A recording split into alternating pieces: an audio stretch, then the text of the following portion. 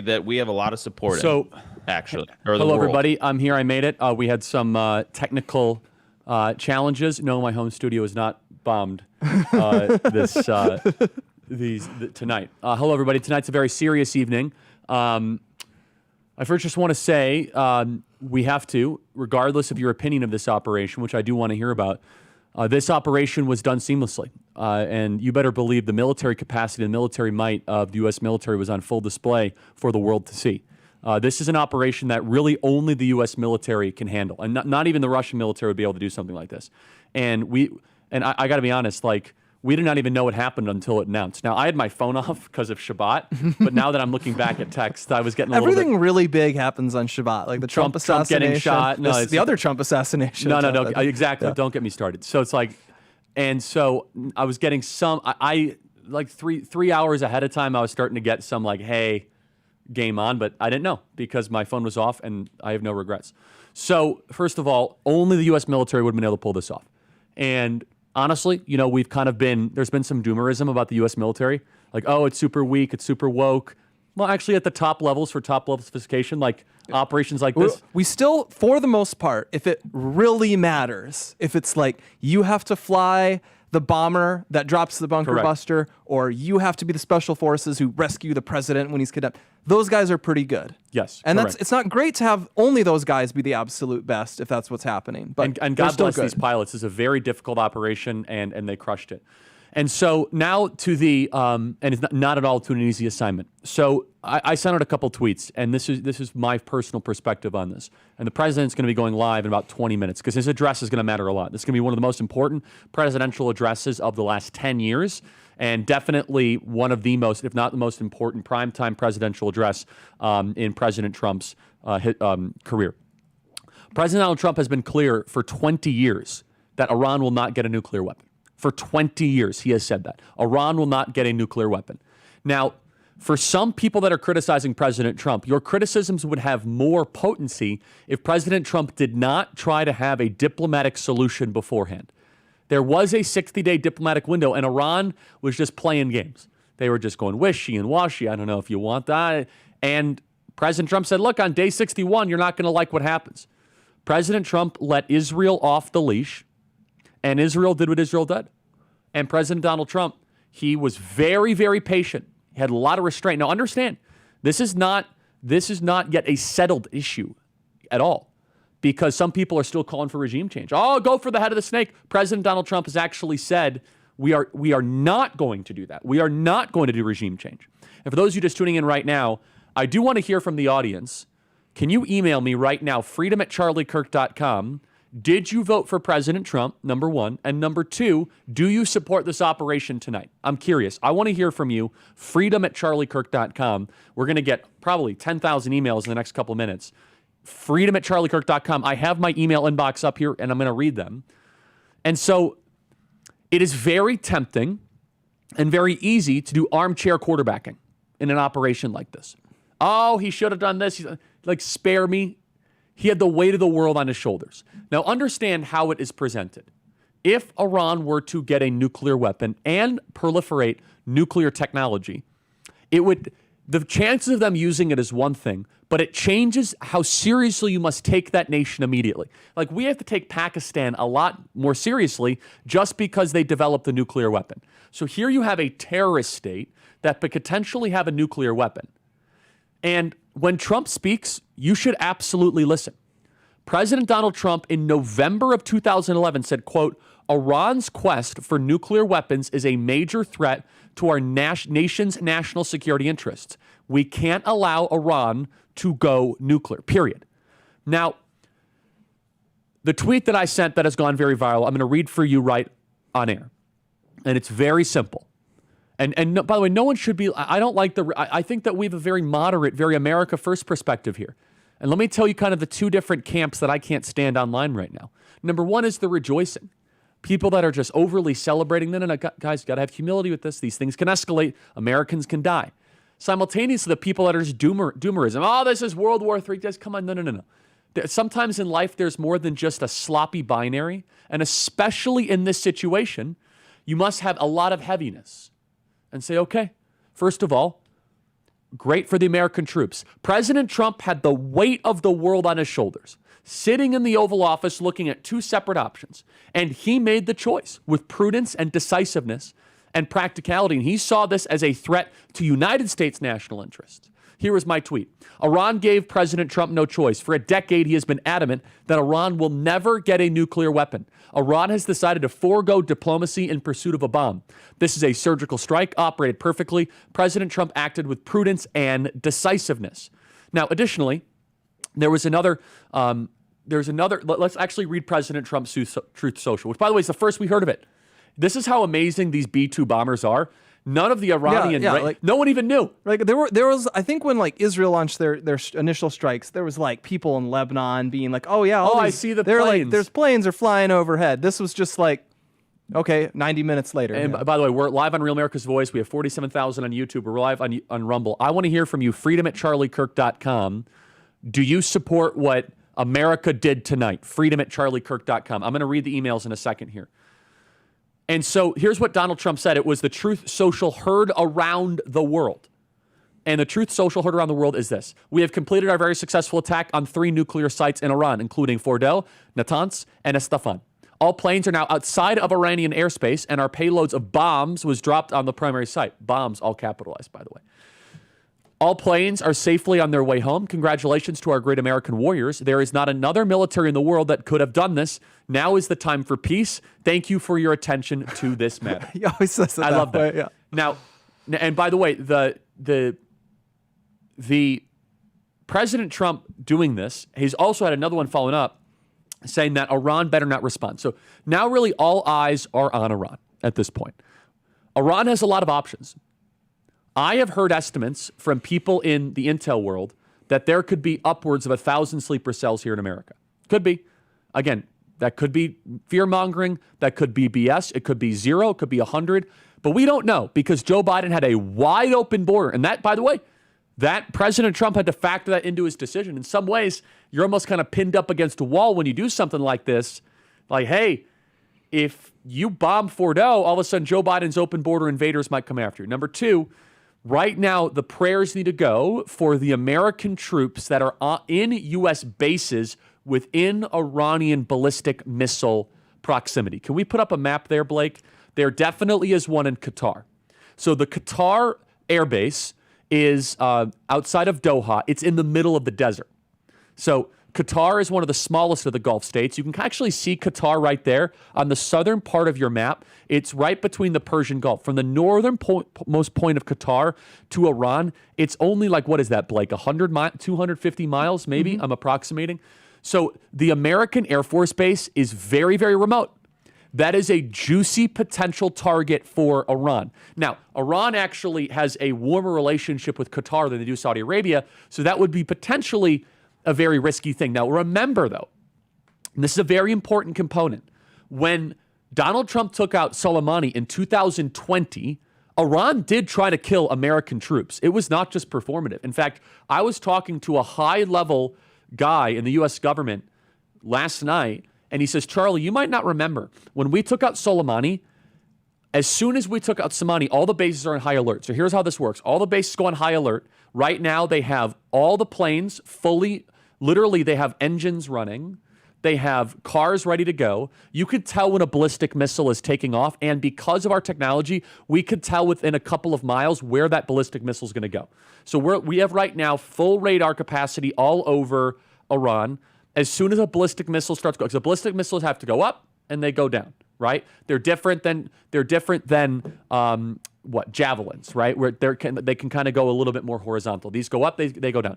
As soon as we have a vague idea that there might be a ballistic missile launch near Qatar, one of our bases, there will be an evacuation order. Now, understand, when they struck one of our bases in Iraq in 2020 after we took out Qasem Soleimani, they literally hit a tent that a lot of service members would be sleeping in. They hit their target, and they killed how many troops? 0. Because our military was properly prepared. So the prayer right now is if Iran tries to go after one of our military bases, that all of this preparation ends up kind of coming to fruition. So what does that mean? That means that they're going to be able to go into bunkers. Now, by the way, some of the troops got concussions, but they didn't die. And these bases are on the highest level alert. Now, there are Patriot defensive missile systems as well that could be launched and intercept partially ballistic missiles. Blake, you want to try? Yeah, I just want to. We have an image up there that we got off Council of Foreign Relations. So this is U.S. military presence in the Middle East, basically as of right now. They keep this pretty regularly updated. Any of those red dots you can see are active U.S.-controlled bases. There's a bunch of them in Kuwait. We have, I think, 13,000 troops in Kuwait. That is 100. I bet at the closest, those bases are maybe 100 miles from Iran. Blink of an eye. Which is nothing. A big legacy, obviously, from the Iraq War, both Iraq wars. Then, yeah, as you mentioned, that air base in Qatar, that's a very large one. We also have a base in Bahrain. We have a base in UAE. And any of these orange dots are places that have some kind of U.S. military presence. So we have some troops in Saudi Arabia. We still have troops in Iraq. We have troops in southeastern Syria. We have troops in Jordan. We have guys all over the place. We also have naval vessels. We have the Carl Vinson carrier. We have the Nimitz carrier, I believe, was on the way from the Indian Ocean. And those can be vulnerable, too. Iran has a naval force that is actually designed for the level, like the huge gap between Iran's capabilities and our own.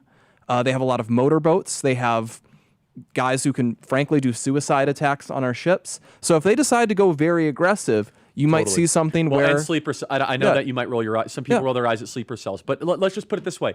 Forget sleeper cell. What if there's just a sympathetic Iranian? Like a sympathetic Mohammedan that's here, potentially. That might... Radicals, Yes. What if a guy just gets angry and he goes and he rents a U-Haul truck and he drives it through God a forbid, right? 4th of July celebration? Those are happening in a couple of weeks. So, I mean, so again, I'm not here to fearmonger. I'm just looking... We're going through here... just factual threat analysis. Now, we're getting tons of emails, freedom@charliekirk.com. And based on the chat, my team is saying it's about 50-50. Let me tell you where I stand. And you guys know. And by the way, one day I'll tell you everything I did this week. Blake knows. But all I can say is that my position privately has been my position publicly. I trust President Trump, and I've been very consistent. But I have and still do know that when you enter situations like this, they can escalate. I've always been against a nuclear weapon. No one wants a nuclear weapon. If you want Iran to have a nuclear weapon, that's a completely irrational position. I have no time for that. Okay? The more important question, though, and we're going to see, okay, did this actually take out Iran's nuclear program completely? We don't know. Did it delay? Did it buy us time? That is a situation that is kind of unclear. It's a little bit murky. Number two, though, and I think this is a very important component, which is how many Americans might get caught in the crosshairs in response. And we should pray that that number is zero. We should pray that that number is zero. And then number three, which I think is critical and that I've kind of been insistent about, is can we make sure that this does not now go up an escalatory ladder? Can we just say in, out, and done? President Trump's Truth Social was basically a foreshadowing, like he wants us to be like Soleimani.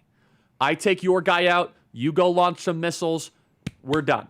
Now, here's where it might get very hairy, and this is where, for those of you at home, should pray, and we should keep a close eye on this. By the way, this all might happen right now. There might be Iranian response tonight. We got President Trump speaking in 15 minutes, because President Trump said if you even lay a finger on a U.S. service member, they're going to have problems. If they take out a U.S. service member, and then President Trump responds with more bombs, that could end up being an escalation. My premise has been this. Is it going to be effective? Iran claims they got all the Iranian out. I think they're just a bunch of liars. Okay, I mean, we don't know, right? I mean, we're gonna trust Iran's. That sounds like a major code. They said a lot of things in the last week. By the way, I mean, first of all, can we just say whether you're for or against this, the Iranian social media game is the worst in the history of the digital world. Tonight, it's just AI slop. So, right, I'm going to throw to Andrew. Tonight there will be something that will be heard for centuries to come. Really? What? Like, okay, they launched some missiles. Like, okay, for centuries to come. I mean, just give me a break. So the final point on this, and again, I've been very, very consistent, both privately and publicly, in all of my advocacy and my commentary. My thing was this: exhaust every possible option before this, because again, I don't like the people that are rejoicing. You should not enter into situations like war with pride. Can we get shock and awe? Can we get the night we went into Iraq shock and awe news reports? Because we thought, oh my goodness, it's all away. When we drop bombs, it should be done with heaviness. It should be done with humility. I'm not saying we never should. I'm not a dove. I'm not an isolationist. No one watching this program, I think, has that opinion. But when you do it, you should not get a thrill up your leg like Chris Matthews when you're listening to Barack Obama. It should not give you some sort of, some sort of deep excitement. Let me put it that way. Andrew, before I throw it to you here, what is the chatter like online, especially amongst some of the MAGA online folks, like the MAGA youth folks? Where is the sentiment? Where is the chatter? Andrew. Yeah, I mean, there's some doomerism, Charlie, saying, Trump's lost 80% of his base. This is a betrayal. See, this is always how it's going to go. I completely disagree with that sentiment. I think there's a lot of people that are very online. I think I totally agree. I think the doomerism and I would also say X has become kind of a bot-riddled place right now. Musk is aware of it, and there's a lot of reports that are suggesting that the bots are trying to sow division in MAGA. I want to give you credit, Charlie. You have been steadfast, even at times when I would waver or when Blake would throw out contrarian positions. You have been steadfast, and you have succeeded in frustrating both sides, remaining true to your beliefs that we should not rush into this with some sort of zeal or a fevered, desire for war and just to drop bombs. Never some be of the our friends attitude. haven't.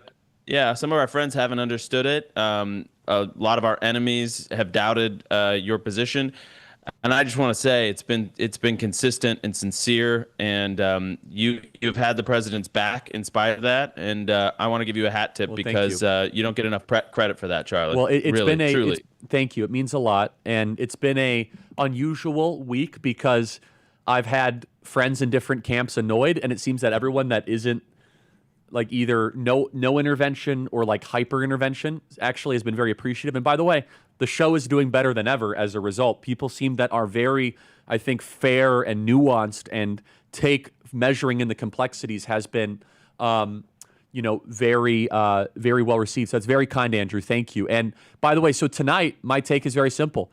We trust the commander-in-chief and his judgment. We don't know all the intelligence that was in front of him. Now, by the way, there has to also be an understanding that for those of you that are like overly celebratory, I just want to try to humble you.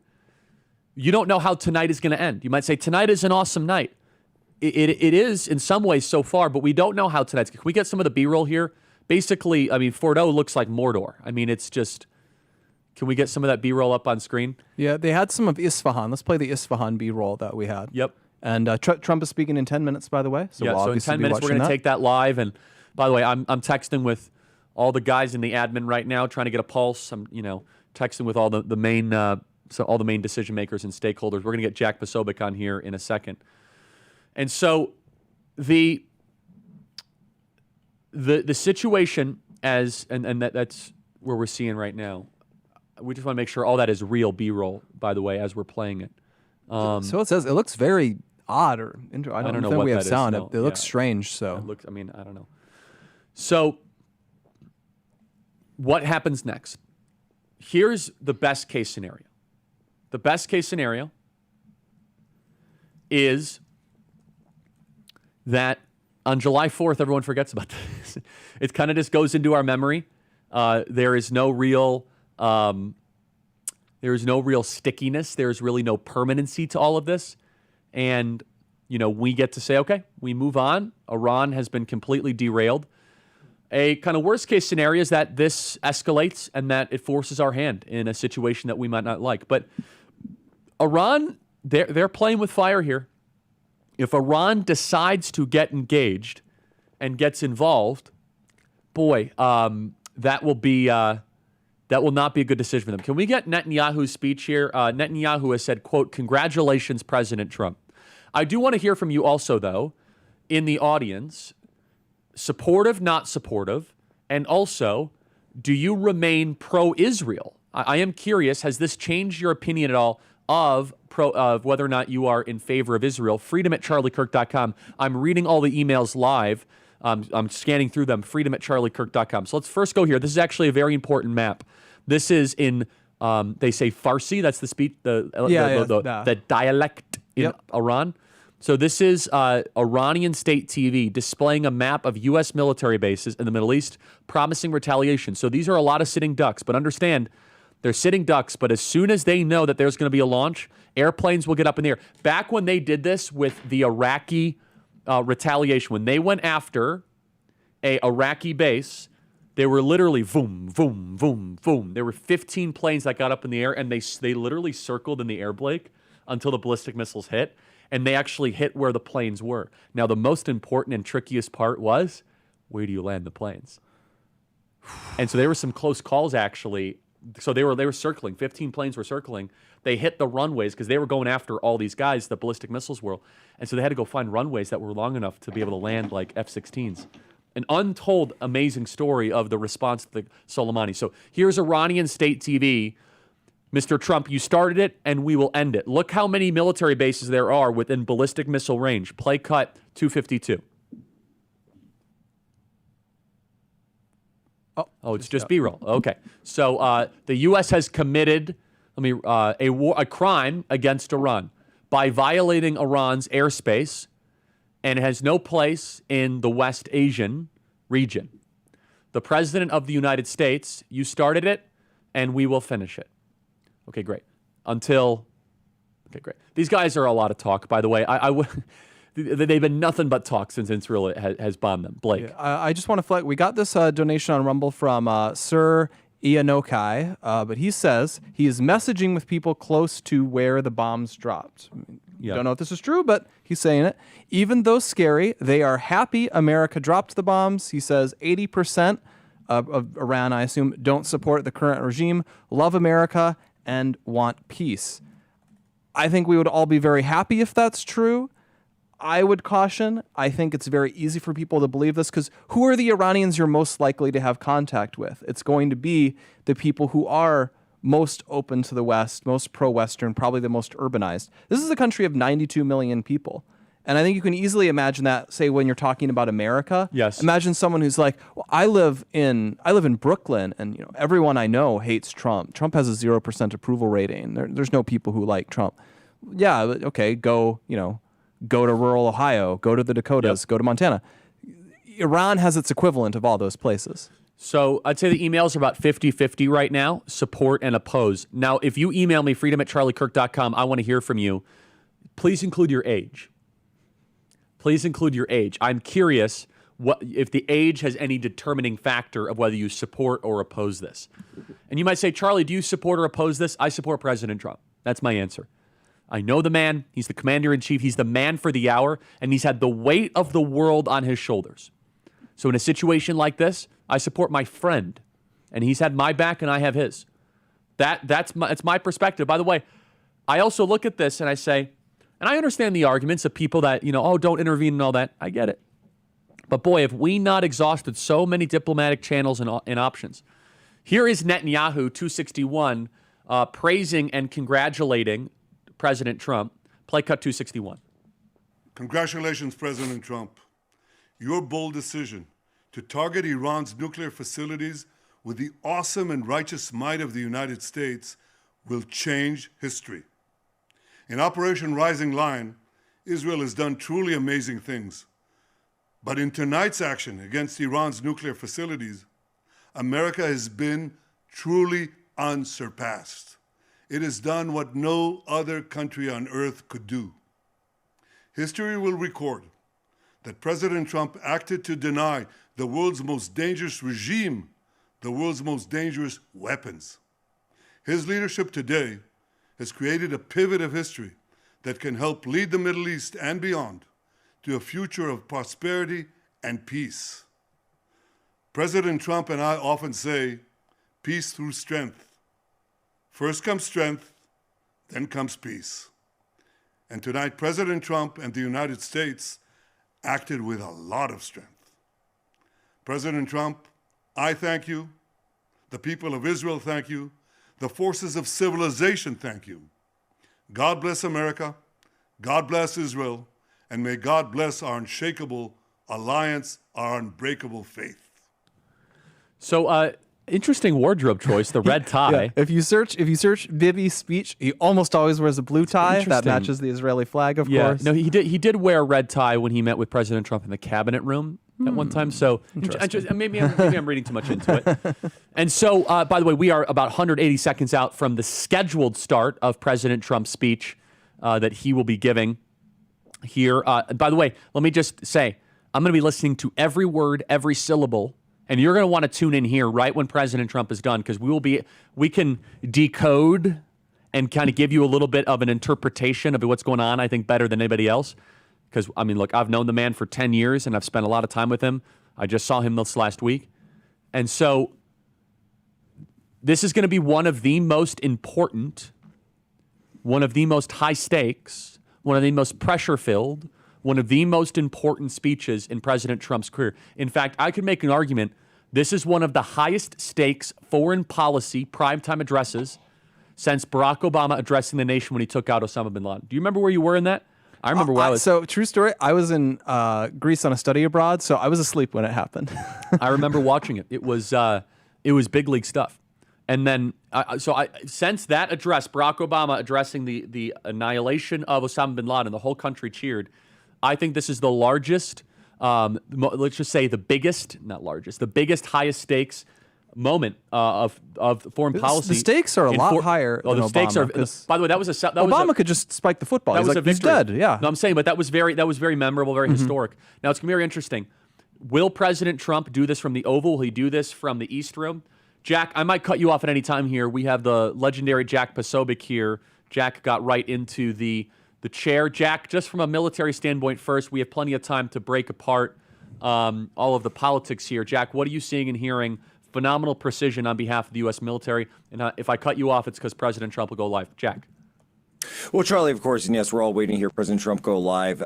Does certainly seem like an incredible precision strike by the U.S. military. And of course, Charlie, this is what those pilots train for. This is what those military aircraft train for every single day. The refueling capabilities, the operational security that was done here. Of course, this is in many ways a routine run, at least in terms of training, but also not routine in terms of the target and in terms of the heightened politics and just entire tension in the entire region here. But of course, with the air defenses degraded, as we've been reporting all week with Iran, it seemed like a time that President Trump was able to make his decision. He did make his decision. And of course, the question, as always, about the safety of those pilots seems to have been a completely successful run. As far as myself, with my intel officer hat on, want to really see what the exact battle damage assessment was. We knew that it would take more than one of these bombs. We're told that it was 6 so far in the initial reports. And of course, we're also hearing about Tomahawk missiles launched at a few other of the nuclear sites from submarines within the region. So, really want to hear what damage did this do? Did this completely take out Fordo? Does it need to be hit again? What's really the situation on the ground? And of course, whether or not Iran responds is going to be the big question. NBC saying that President Trump is expected to address that very question because there's a lot of troops that we have within the region that are certainly going to be on edge tonight, a lot of bases that are going to be on edge tonight. And for folks that are sitting out there, I think that they know, those folks that are in uniform, the men and women that are in uniform right now, they know that they have a commander-in-chief who absolutely has their back. They have a Secretary of Defense in Pete Hegseth who always puts the war fighter first, and that's exactly who they are going to be listening to when they tune into the president's words in just a few moments. So by the way, any moment here we might throw to President Trump. It's 7:01. I know the White House very well. I said he's going to be late. My guess is I don't want to play any odds. I don't know. Tonight's a big night, but I don't think he's going to be sharp at 7. I think at least 10 to 15 He won't minutes. wait too long. He wants those ratings too. And at 11:30 people start going to bed. I know, but this is big. This is big. They got to make sure every word is correct. And so by the way, the emails we're getting, freedom@charliekirk.com, the younger you are, the emails we're getting, the more critical you are of this operation, the older you are, the more supportive. And so that is playing out, freedom@charliekirk.com. And by the way, in our podcast all week, and you guys can subscribe to the Charlie Kirk Show podcast, we're going to be covering this in great detail with unbelievable specificity. You guys can subscribe. We'll be doing a giveaway in a little bit, by the way, for everyone that subscribes. That we've been talking about the age and generational difference, that like over 40, you're more sympathetic, under 40, not sympathetic. Guess what? I'm 31. I'm here to keep the coalition together, guys. By the way, no doomerism. People say, oh, World War III, Trump's losing his support. Now, guys, hold on. This is June of Trump's, forget my thoughts, President Trump, one of his most important addresses in American history. Let's watch. Thank you very much. A short time ago, the U.S. military carried out massive precision strikes on the 3 key nuclear facilities in the Iranian regime, Fordow, Natanz, and Esfahan. Everybody heard those names for years as they built this horribly destructive enterprise. Our objective was the destruction of Iran's nuclear enrichment capacity and a stop to the nuclear threat posed by the world's #1 state sponsor of terror. Tonight, I can report to the world that the strikes were a spectacular military success. Iran's key nuclear enrichment facilities have been completely and totally obliterated. Iran, the bully of the Middle East, must now make peace.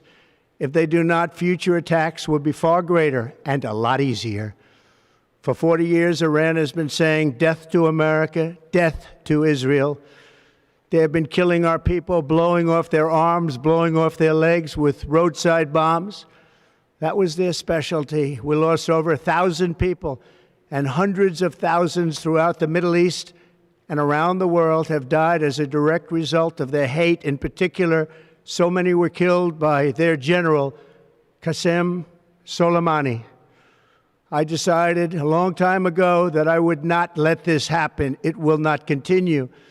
I want to thank and congratulate Prime Minister Bibi Netanyahu. We worked as a team like perhaps no team has ever worked before. And we've gone a long way to erasing this horrible threat to Israel. I want to thank the Israeli military for the wonderful job they've done.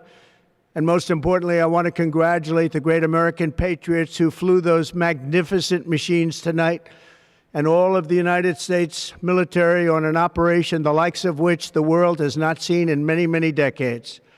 Hopefully, we will no longer need their services in this capacity. I hope that's so. I also want to congratulate the chairman of the Joint Chiefs of Staff, General Dan Raisin-Kane, spectacular general, and all of the brilliant military minds involved in this attack. With all of that being said, this cannot continue. There will be either peace or there will be tragedy for Iran far greater than we have witnessed over the last 8 days. Remember, there are many targets left. Tonight's was the most difficult of them all, by far, and perhaps the most lethal. But if peace does not come quickly, we will go after those other targets with precision, speed, and skill. Most of them can be taken out in a matter of minutes. There's no military in the world that could have done what we did tonight, not even close. There has never been a military that could do what took place just a little while ago. Tomorrow, General Kane, Secretary of Defense, Pete Hegseth will have a press conference at 8 a.m. at the Pentagon. And I want to just thank everybody, and in particular, God. I want to just say we love you, God, and we love our great military. Protect them. God bless the Middle East. God bless Israel. And God bless America. Thank you very much. Thank you. Okay, well, first of all, what a visual. You got J.D. Vance, you got Marco Rubio, you got Pete Hegseth. What a difference between Tony Blinken and Lloyd Austin and Kamala Harris and Joe Biden. So that was very fast, as I would expect. It was short. It was straight to the point. It was exactly what I would expect from President Trump. Now, we're getting the full transcript. We're going to replay some of the more details of the speech here. Look at that lineup right there. That's Team America. You got J.D. Vance, you got Donald Trump, Marco Rubio, you got Pete Hegseth. And by the way, I am the most vocal person that says no endless wars. At the moment we're in right now, this is not by any means yet showing that we're going to get into a whole nother endless war. It can get there. You can always run the risk. That's always been my contention. But I have full faith in President Trump to navigate this. And might say, oh, Charlie, what evidence do you have to support that? Donald Trump took out ISIS without getting us in an endless war. ISIS. Donald Trump bombed the Houthis without getting us into an endless war. Donald Trump took out Soleimani without getting us into an endless war. Donald Trump moved the embassy to Jerusalem without getting us into an endless war. And so the elements and the details around this are Donald Trump decided to act with the authority given to him to go take out Iran's nuclear facility. I want to try to get to Jack here in a second, but first, I want you guys to email us, freedom@charliekirk.com, your thoughts on President Trump's address. Please include your age. We're also going to be doing a series tonight of signed giveaways. If you guys want a signed hat, we're happy to send a couple out. freedom@charliekirk.com. If you subscribe to the Charlie Kirk Show podcast and send us proof of subscription, freedom@charliekirk.com. Okay, Jack, your thoughts. Jack, on President Trump's address and this very important night. Well, Charlie, and I'm looking at the transcript now. President Trump saying we've gone a long way into eliminating this threat, saying that I decided a long time ago I would not let this happen. I will not let it continue. And it's true, Charlie, and we've been highlighting online, you've been highlighting online as well, how President Trump's statements going back to the 1980s are directly targeting Iran and not allowing them to have a nuclear weapon one way or the other. Now, of course, Steve Witkoff was pursuing the diplomatic route. President Trump has decided that that diplomatic route was not bearing fruit, or certainly wasn't bearing fruit as quickly as he had hoped, and that's why he authorized this strike. But President Trump has gone back even to day one when he came down the escalator, and people have, of course, focused more on his statements about mass deportations, and certainly we support that. And he also said, though, on that very same day, it was kind of overlooked, but he also said in that initial speech 10 years ago this week, I'm looking at the date, that Iran cannot have a nuclear weapon. So 10 years ago, he made that promise to the American people on day one. And as of today, he is coming out and reporting that he has obliterated the nuclear weapons program of Iran. All right, so now I want to try to get into some of the politics here and break it into our team here. We got Blake, we have Andrew, we have Jack Posobiec. And also, you guys can become a member here. For the first 100 people that become a member, members.charliekirk.com, we will send you a signed book, members.charliekirk.com, or hat, whichever one you guys want, whichever you like better. Members.charliekirk.com. That's members.charliekirk.com. So let's talk about the politics here. Andrew, what are you looking at online? It seems as if people are getting ahead of themselves. There's people that are getting really fired up. Andrew, your thoughts? Yeah, Hakeem Jeffries, the first Dem leader statement that I've seen, he's saying Donald Trump promised to bring peace to the Middle East. He has failed on that promise. The risk of war is now dramatically increased, and I pray for the safety of our troops. President Trump misled the country, blah, blah, blah. So President Trump's enemies in Congress, Hakeem Jeffries, are pouncing. Democrats pounce, Charlie. Notably, we've seen John Fetterman is in support of the strikes and praised them pretty quickly.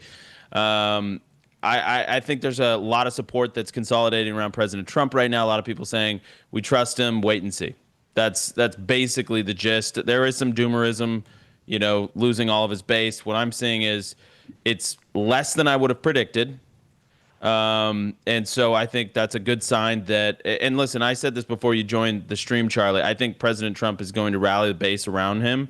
Yep. I think President Trump has earned our support. If this gets drawn out and messy, obviously all options then become, possible. But I think President Trump is going to get the base around him. I think this press conference with Hegseth in the morning is going to be telling. I think the messaging that we see out of the White House for the next week is going to be really important, and they need to be on their game. But listen, we didn't want this. We didn't want war. But we trust the president, and we certainly don't want Iran to have nukes. So we're going to see how it plays out in the next couple of days, Charlie. But I predict that he's going to win the basis. Andrew, your internet's breaking up a little bit, but I think we got the last part of that.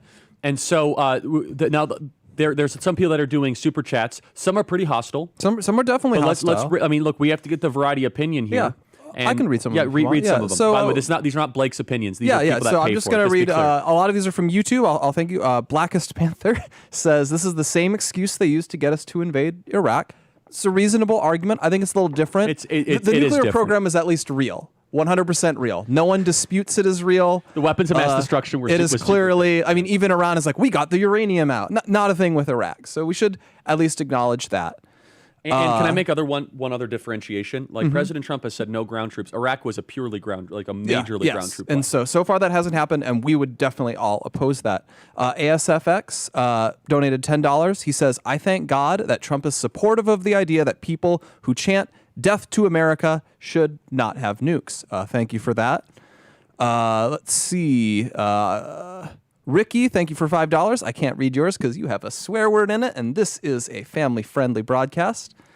Debbie, thank you for $10. Mad Max, somewhere in the in whatever location you believe he is right now, John McCain's ghost is laughing because Trump chose Israel first. That is a take we're going to see. I think Trump is choosing America first. You can argue about what America first amounts to, but I think it's unfair to say he's just like doing someone else's bidding. Vicky Burton just gave us $20. Thank you very much for that, Vicky. And it's extremely difficult to scroll through YouTube, so I can't actually get to all of these. Overkill, thank you for $2. He says Trump is the one who ripped up the nuclear deal. That's another perspective. Is we had the nuclear deal with Iran. Was it wise to get rid of that? Again, different opinions on that. Some said Iran was breaking the deal. Some said it just wasn't a very good deal in the first place, and we gave Iran a ton of money in return for nothing. Wouldn't be the first time we gave a country a ton of money in return for nothing, so that's a highly believable take. But again, thank you to everyone for your donations, and I think Charlie wants to say something here. No. Any others or no? I mean, just there a ton are just keep coming in now. Barbara Metz, $5. Trump is 1,000% for America. RR, $5. He says, Israel dog-walked us into another conflict. There is no sugarcoating this. James Lawrence, $5. U.S. has been taken advantage of for too long. This move is more than just correcting Iran's mistakes. Full display. Actually, I'm not sure if that's pro or anti. Dhruv Rajan, $20, thank you. I worry that Trump, I believe, is destroying his bench. Tulsi Gabbard, J.D. Vance, Pete Hegseth, and Marco Rubio have lost their anti-war credibility. Who do we have left? If this escalates, Democrats have an easier 2028 victory. So a wide spectrum of opinion that we're getting here. So online things are getting pretty hot. And look, I've been around this for 10 years. I've been in this space. And a general rule is when things get really hot and people get really excited, just take a deep breath because it's usually not as bad as you think it is. And no, this is not the end of the coalition, and this is not things are not falling apart. And look, the track record of President Trump is phenomenal here, whether it be Soleimani, al-Baghdadi, the Houthis, and you can all share those concerns. I share some of those concerns. And a lot of what happens in the Middle East tends to escalate. President Trump has phenomenal instincts, though. And President Trump also has a commitment to, he doesn't want to invade Iran. He doesn't want to have a ground invasion Iran. He also is not calling for regime change. Lindsey Graham, you hear that screaming? He's mad. Oh, no, we want regime change. I want to throw back to Jack for a second, but I don't think I was clear enough. The first 100 people to become a member, members.charliekirk.com, will send you a signed one of these hats. Members.charliekirk.com. Jack, what are you seeing online? Is it dividing the MAGA faithful online? It's getting a little hot, I could say. Like that, definitely there's a little bit of a heat up here. Jack, just give us kind of like an analysis, not your own opinion. Just give us an analysis of what's happening here. Yeah, Charlie, I'm saying that I'm seeing that that split that you're talking about. Some people are totally supportive. Some people saying that 100% behind this, that this was great. other people. And by the way, these are some folks who are diehard MAGA. I'm talking about diehard MAGA faithfuls. I'm not talking about like the Never Trumpers or some of these other buckets here. I'm talking about just people that that I know have always supported Trump. Full support, making fun of Obama. Some of the memes are flying, Obama crying, and it says, "When Trump destroys the facilities you helped pay for." Okay, that one's actually pretty funny. But then you're also seeing a lot of people saying that, this is difficult, this is dangerous. It's going to be very, the response is going to, Iran's response is really going to dictate what comes next. A lot of folks saying, hey, can we focus now back on deporting illegal aliens? And saying, look, this foreign policy contest was obviously the biggest foreign policy test of President Trump going forward. And so now can we get back to domestic policy? Other people say, a lot of people actually asking about what the actual sit rep is, the tactical report, strategic report, what happened at the bases. You're seeing a lot of interest in that. We haven't seen, a lot of released footage from from this as well. But a lot of Gen Z, I got to say, Charlie, it echoes what you're saying in that YouTube chat. Gen Z very much saying, why are we putting another country ahead when we have problems here? Because, Gen Z, I don't think they ran through, they lived through the Iran hostage crisis. They didn't live through the war on terror. They didn't live through so many of these things that a lot of other people have been through. They've only lived through, they lived through a world that's in the shadow of 9/11. They probably don't even have any direct memories of 9/11 itself. And so, you're seeing a lot of that backlash among Gen Z. Andrew, can you read some of Sean Davis's tweets here? Very sharp commentary, please. Yeah, Sean is somebody that we had on our show, and I hopefully Andrew, we got to fix your internet, man. It's not good enough. I'm sorry. Yeah. So all right, fair enough. No, it's I've got it open too choppy. Yeah, Blake. So we have Sean, and I'll acknowledge Andrew said these were his thoughts as well. So I want to get here. America is now in a very difficult and dangerous spot. Our next steps depend entirely on the response of a regime we were told is suicidal, insane, and an imminent threat to us and everyone else. That means we now have to pray those claims about them being suicidal and aggressive, which were used to justify our attacks, were wrong, and that no retaliation occurs.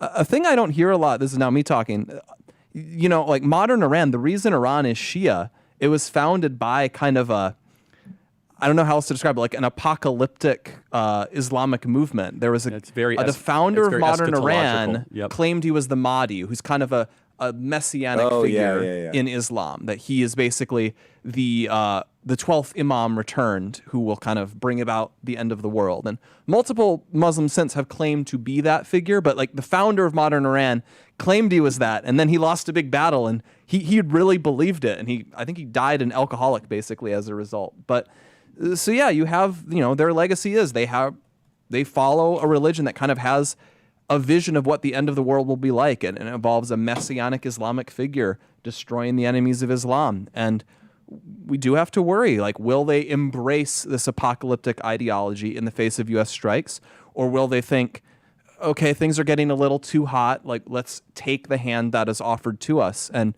we can hope they do.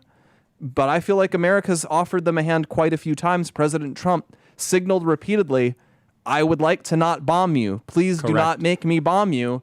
And now he decided he had to bomb them. 100%. And by the way, that's the other part here, everybody. I hope everyone in the audience is internalizing this. The people that say, oh, I'm against the bombing, which, by the way, totally respectable position. And if you have concerns, I get it. I share some of them.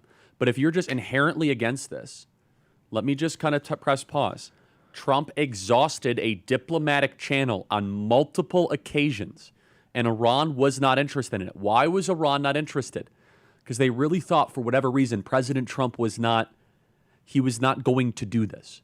Now, I also have to simultaneously caution everybody in the audience that is cheerleading the bombing of this facility, which is, by no measure, is this a death blow to the nuclear program. A nuclear program is a mindset. It's going to set them back significantly, maybe years. I mean, the facilities are not child's play. The Persian people are very smart, though. What'd you say, Andrew? It's a huge point, Charlie. I think that what you're saying is spot on, because this is the problem that we've been talking about. Can you actually stop the nuclear program without a regime change? And if you can't, then we're just getting deeper into a regime change, and that's been the argument the whole time. I mean, you've got guys like Bridge, right, that are saying that, they're actually a rational actor. They posture, but they're a rational actor. So this has been the conflict that we've been struggling through, because there's no good options in Iran. It's 92 million people. They're a proud people, a strong people. It is a mindset, and I totally agree with what the point you're making. Sorry, I chimed in. No, it's great. No, it's fine. But here is the. Do you want the bleaker, bearish view here? Outside of Americans getting killed, from an Iranian perspective, there is a reading here. I don't think it's likely. I'd probably give it a 30 to 40% chance that they are backed up against a wall, and this becomes an internal rallying cry. The Ayatollah and his gang of crazy people stay in power, and they say, "Oh, America, you think you could take out our nuclear program? This is now priority number one. We're going to do it anyway. We're going to enrich uranium. If you bomb us, we'll reconfigure. If you bomb us, we'll reconfigure. There will be no stopping us." Now, if that is their attitude, that will force the Israelis' hand to try to take out oil fields and take out electricity. But I just want everybody to understand, a nuclear program is at its core a mindset. Now, yes, this is a timeline changer. What President Trump did tonight is a timeline disruption. However, can you guys get Tom Cotton? Tom Cotton was on Sean Hannity's program, and Sean Hannity's program was really good, about an hour ago, and Tom Cotton said something that was just not right. He said something on Fox. He got a little bit too excited. Do you know what Tom Cotton said? He said this has completely wiped out all of Iranians' nuclear program. That is not correct.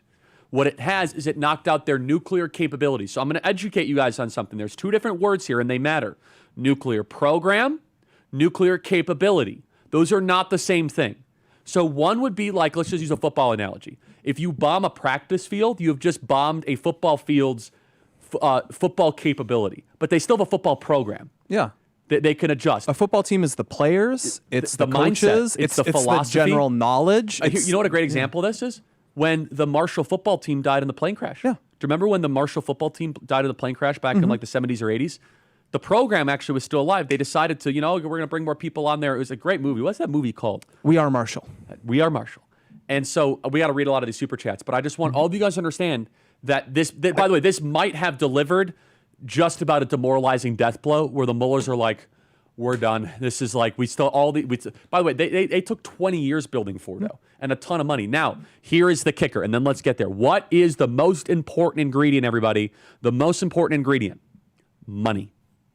If Donald Trump keeps the heavy sanctions on, it's going to be very hard for Iran to finance a nuclear capability. So you got nuclear program, nuclear capability. Their capabilities have now been significantly neutered. Their program is still alive. Let's go to some super chats here, Blake. Great. Charlie, let's get some. Sorry, I just want to get these because people pay for them, so we should acknowledge them. Let's get some ones on Rumble. Shoanek gave $10 on Rumble. He said, "This is completely different. Trump hit them so hard they have to reconsider. This isn't like Obama with all of the regulations." I assume he meant sanctions there. Thank you, Shoanek. We have Casper Milktoast donated $20 on Rumble. "Thank you for covering this. I am an active duty service member, age 36. I support this incursion." That's a very valid input. N West 5150 donated $10. "Trump recognized God's involvement. That is a strong foundation to start at." And R Hirsch 707 gave $5. "I don't get what the big deal is. Trump should tell the media and Iran it was peaceful protests. LOL. And also Sir Ionokai, who gave $100 early, gave another $10 and said he's not pissed, he's not happy, he's playing wait and see, and he trusts Trump. So thank you for that $10. Do we want to have Jack say something, and then I'll read all of the YouTube ones? Yes, please. Jack, chime in here. By the way, everyone, just remember, please subscribe to the Charlie Kirk Show podcast. Email us proof of subscription by screenshotting your subscription, freedom@charliekirk.com, and we will pick a couple winners. Jack, what do we see and what do we hear, and what are your thoughts? Jack. Jack's frozen. All right. YouTube time. All right. Mike Camoro gave $50 and said, not a Christian unless you support Israel, says the, quote, Christians supporting wars based off of a Schofield Bible, not an actual Bible, from a... Man, I'm not even... Is he talking about Ted Cruz here? What is this? Someone is very angry, basically says it's not Christian to support this war. I'm going to go do a whole podcast on the Schofield Bible. This is like Reddit gone wrong. It's a total cope, okay? You don't know what you think you know about the Schofield Bible. Okay, anyway, it's not a separate Bible. It's not. They're like, oh, it is what's called it's like a study guide. Does that make sense? So it's like it interprets passages. People think like it changed the Bible. Oh, man. No, it is the Bible. Okay, anyway. Hash Function 25 gave $5, and he says, we will force Iran to understand the gay disco. Oh, boy, and then they might want to surrender to avoid that one. Tristan gave $5 and said, Christians who don't support Israel do not believe in God. John Galt gave us what I believe is 20 Australian dollars, which I think you can take and trade in at the bank for real dollars. And he said Israel was too excited to wait the 2 weeks, so not only did they dictate the actions to D.C., but also the timing. Where is American sovereignty and all of that? Thank you for the donation. I think that is overstating it a bit, but that's a take that we're seeing. Beautiful, fully broken 625 gave $10. Do we think Putin knew this was coming? I suspect he had his reasons, and I want to acknowledge some people have said, is Russia going to react very hostilely to this? Will China react hostilely to this? Both of those countries have a relationship with Iran, but I think a thing we've seen that's been pretty clear over the last week is no one outside Iran is really eager to die for Iran or start a huge fight over Iran. I think the most telling thing is Hezbollah, which is the closest thing they have to like a client of Iran. They're a Shiite militia. They've been directly under Iran. They've helped them in conflicts with Israel before. And once this started, they said, we are not getting involved. We're not going to strike Israel over this. We are neutral in this one. And I think everyone else has had kind of a similar reaction to that. Mark Jackson gave $100. Thank you very much, Mark. He says, Gen X 1972 Florida, born and bred. Trump is doing exactly what I voted for. Make Americans and the world safe. Thank you very much, Mark. Noe Reyes gave $10. He says, air superiority at its finest. USA, aim high, fly, fight, win. Tommy Bessinger, $20. Thank you very much. He just said, go Trump. And Julian Trajanson, $5. Thank you to our Lord God for protecting America, Israel, and our great president, Donald J. Trump. There's a bunch more. We apologize if we can't get to... Oh, we got a whole bunch of them more here. David McGovern, $5. Not a fan of how Israel forced our hand, but fully support Trump. James Kaiser, $5. Appreciate you, Charlie and crew, for all the information. I'm 39. I am glad to see America become great again.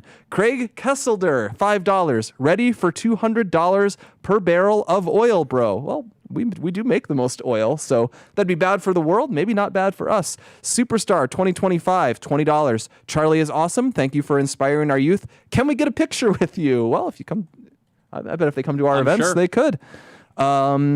Alejandro Castro, $10. Jerome Powell should cut them rates. Trump is not playing. Blake Mann, $5. Thank you, Charlie and Turning Point USA, for all that you do. Oh, no, Ryan just sent me a bunch more. Freed from Islam, $25. Can we also commend Hegseth and everyone in the admin for not having a single leak about this? Yeah, by the way, super impressive. That's right. After all the Signal Gate or whatever, all that nonsense. So let me just chime in here. Freedom at charliekirk.com. We're getting lots of emails here. Support it. Do not support it. Please let us know. Freedom at charliekirk.com. That is freedom at charliekirk.com.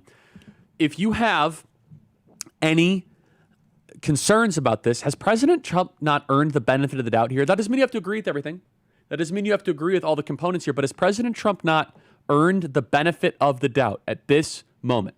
After all that we've been through, after all of the components, has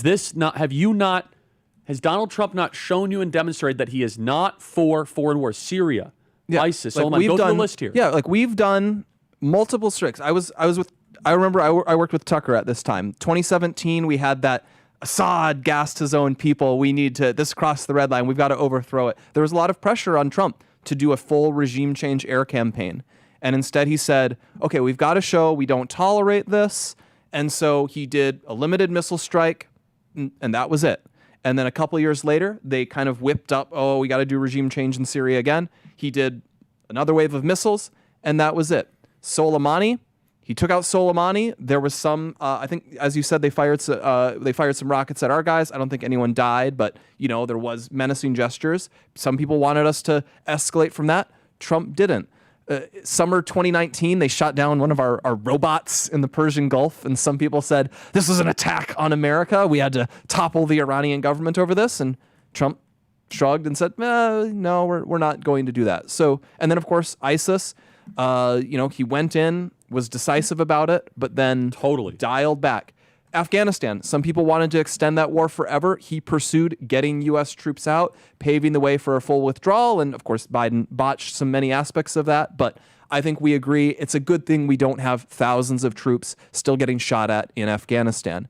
Trump has repeatedly shown he is not a fan of open-ended, no objective, long military campaigns. When he does use military force, he prefers it to be short in duration, pretty strong and decisive, and just go for your thing, shoot your shot, and get out. Yep. And obviously there's hazards to this. This is definitely the biggest intervention we've done.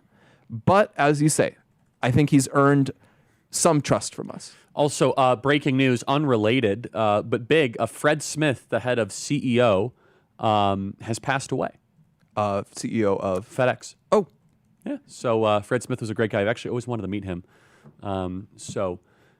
Phenomenal guy. Another one here, $49.99. No matter what you think, there's risk of people dying between both action and action. One might come sooner than later. One might cause many more deaths by doing nothing. Okay.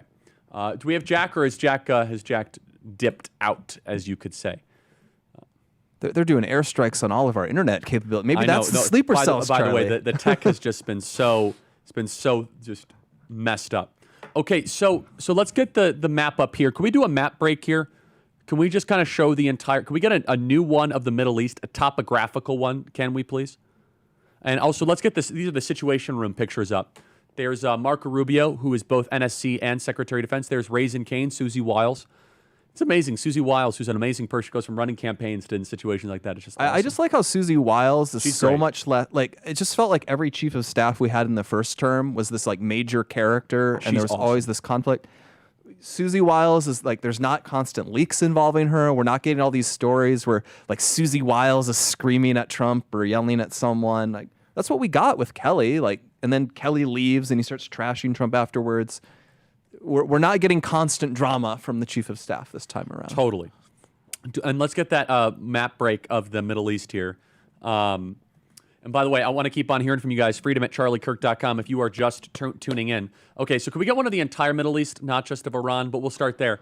So that's a very big country, Blake. Very big. Right? So we bombed several different sites there. Walk us through kind of where in Iran these sites were, and what does each one of the sites represent as the significance? Exactly. The places we hit are basically about in the middle of Iran. If you looked at it where it says like Zagros Mountains and Alborz Mountains, kind of the northernmost one is about where those two like words are meeting. That's the main one we hit, Fordo. Then there's another one, Nahans, I think is what it was. That's just maybe like 100 miles to the southeast, and then Isfahan a little more to the southeast. And that's the core of about where the people of Iran are. Iran is about 92 million people. Most of them live in the western half of the country. It's very mountainous. It's very rugged, but you have these fertile valleys, whereas the further east you go, you get into just the desert. Not a lot of people who live there. So kind of if you were in the bottom sort of the southeast quadrant of the country, that's kind of Iran's equivalent of like out here. There's one or two cities and then not much else. Big desert. But yeah, so you're kind of bombing a string of sites in the mountains where it's still pretty densely populated. 92 million people in an area about 2.5 times the size of Texas. That's more densely populated than Texas, actually. So lots of people there, pretty spread out. So you have a good way of thinking in a contrarian fashion. What do you have to say to people that say I didn't vote for this, this is an administration ender, this is the end of the coalition? I mean, this is June of the first year. Yep. Blake, how would you respond to that? Yeah, so I can say that myself as someone who I don't want a war with Iran. You have opinions that differ, that's fine. But what I can say is like, first of all, we just don't know how this is going to go yet. We don't know how Iran is going to reply, and if they do reply, we don't know how President Trump will react to it. So we are putting our trust in him. It's not an administration ender. Currently, what has happened so far is the United States dropped some bombs on 3 sites in Iran. We don't know what the death toll is, but if it reflects what we've had so far, maybe a few dozen people. We have dropped some bombs on Iran. That is our level of commitment. We have not landed troops on the southern shore of Iran. We haven't had paratroopers land in Tehran. We are not doing daily bombing campaigns on all of Iran's cities. We have not turned this into like our equivalent of the Ukraine war. We have flown some bombers over. We dropped bombs on 3 sites. That's it. That is a very limited level of involvement. We should genuinely be worried if this escalates into a bigger thing. But so far it does not. So far it does not, and we have some level of control over whether it does. Not 100%. That's why we have some worries, but it has not exploded into anything big yet. So people, they said they didn't vote for regime change. They didn't vote for endless wars. They didn't vote for U.S. boots on the ground. So far, we don't have those things. We don't have a regime change war. We don't have boots on the ground. We don't have an open-ended conflict with no clear objective. President Trump's objective was blow their nuclear program to smithereens. So we bombed their nuclear program. And that is the extent of what we have done so far. That's it. And so I have to say, I want to try to introduce some caution into all of this. Let me kind of read some frontline reports from the Middle East. This is from some Israeli intelligence officers, secondhand information, not first. Quote, reports out of Iran are that officers are refusing to fire missiles because Israel has been striking launch sites immediately after they fire. That is true. No, this is rational. This is actually rational. No missile attacks in Israel today for the first time since Israel first attacked Iran last week. Iran's ability to fire any missiles is severely degraded. U.S. assets in the Middle East are likely not going to be attacked. Now, that's a very bullish interpretation, but that is actually a very rational and interesting thing. So let me kind of explain to you how this works. So there's a ton of Iranian ballistic missile launchers in the interior of Iran, a ton of them, right? And so we don't know where they all are. And by the way, guys, let me just pause. Can you guys work on getting us on Bannon with Rav? Steve wants to have us on. Can you call Rav and get that done, guys? So there's a ton of these launchers on in the interior of Iran. As soon as a ballistic missile goes up for one of them, they've outed themselves, right? So a lot of these are like hidden in the hills and they're hidden in the trees. I mean, it's a massive country, right? Put that map back up. I mean, could you imagine trying to just find a launcher in Texas? By the way, just so driving from like Galveston to El Paso could take you like 10 hours. Now, 2.5 times that. That's like driving from Houston to Reno.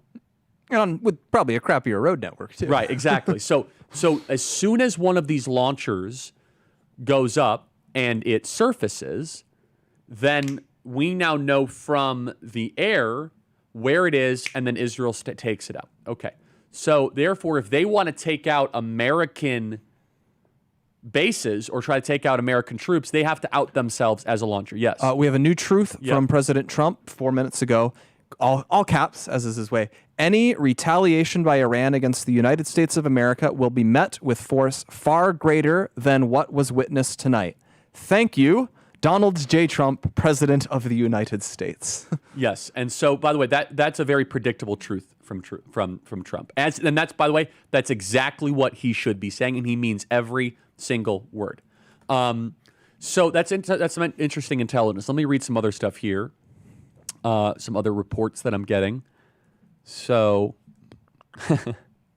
CNN reports that top Democrats on the Intel Committee were not briefed on the strikes, while Republicans were. So that explains why there were no leaks. It's good, right? They'll get annoyed about that one. That's right. So the do we have shock and awe, by the way, from 2003? Do we have that? While we wait for that, we got a $20 donation. let's go through The Gabello family supporting Trump from Papua New Guinea. I don't know that I've ever gotten a donation from Papua New Guinea before. That is a. Is it true they're cannibals? There are cannibals there? There's like everything in Papua New Guinea. There's like more languages in Papua New Guinea than like the rest of the world combined. Are you know serious? That? Yeah, it's like they have all these like micro language families. We got 61,000 people watching live. I want to encourage you guys to take out your phone and subscribe to the Charlie Kirk Show podcast page. You could follow this QR code right here. We're top 5 in Apple News. We break this down all the time from every angle, nuanced, complex, first-hand sources. None of this BS that you see sometimes on TV, the best of the best stuff. Also want to thank some of our people that have become members. It's members.charliekirk.com. That is members.charliekirk.com. Kirsten, Annette, Eric, Jackson, Jordan, Rebecca, David, Silent, Cleo, Shelly, Amber, Blake. Thank you, Blake. James, Joshua, Ruth, Marco, Nicholas, Brennan, Asa, Kenneth, Katie, Jason, Andrew, Kansas, that's interesting. Kara, Davies, Margaret, Caroline, Marissa, Hayden, Barbie, Thomas. That's members.charliekirk.com, members.charliekirk.com. And so do either one. Become a member, or if you guys want to potentially win a hat, subscribe to our podcast and email us proof of subscription, freedom@charliekirk.com. Okay, I want to get to some tape here. By the way, we might harmonize with Steve Bannon's show in just a second here and kind of just combine forces really quick. So before we do that, though, we know that Iran's ability to enrich uranium has been deterred. This is from a top-level military source. Let me read this here. Those saying they fear another Iraq and Afghanistan are not paying attention. Nobody here, this is from a top-level military source, has any plans of going in on the ground. That has never been part of our plan. This is what they also say. Charlie, please tell your audience that Israel has assassinated hundreds of scientists who ran the program. It's not just the facilities that were destroyed. And Russia and the Chinese Communist Party won't be so fast to help them again after this. They are set back, in all caps, decades if it's not totally destroyed. I think that's a little bit... Decades is pretty bold. I'm not sure I share that view, but okay. Let me go one more. And of course, they will do what they can to rebuild. They are an ideological regime. They don't care about their economy except as it helps them build weapons capabilities. I remember I told you about the money. That's why they've been having rolling blackouts for years. Electricity is the gut punch to Iran. Remember that. For years, even though they are one of the most energy resource-rich countries in the world, that's a great point, all their resources go to the war machine against Israel and the West. Thoughts on that? I mean, I hope they're right. Like, well, decades. Put the decades thing aside. Decades, but also like hundreds. I mean, maybe they've definitely taken out some nuclear scientists. Have they taken out hundreds? I'd be interested in seeing, the full list of names. That's quite the job. That's quite the operation. In the end, like the truth is, this is the dark reality of it is. The nuclear bomb was invented 80 years ago in a country. We were able to invent the atomic bomb without having computers. So what is the history of Iran? Why is it called Iran and not Persia? So Iran actually is I believe their historic name going back 2,000 years.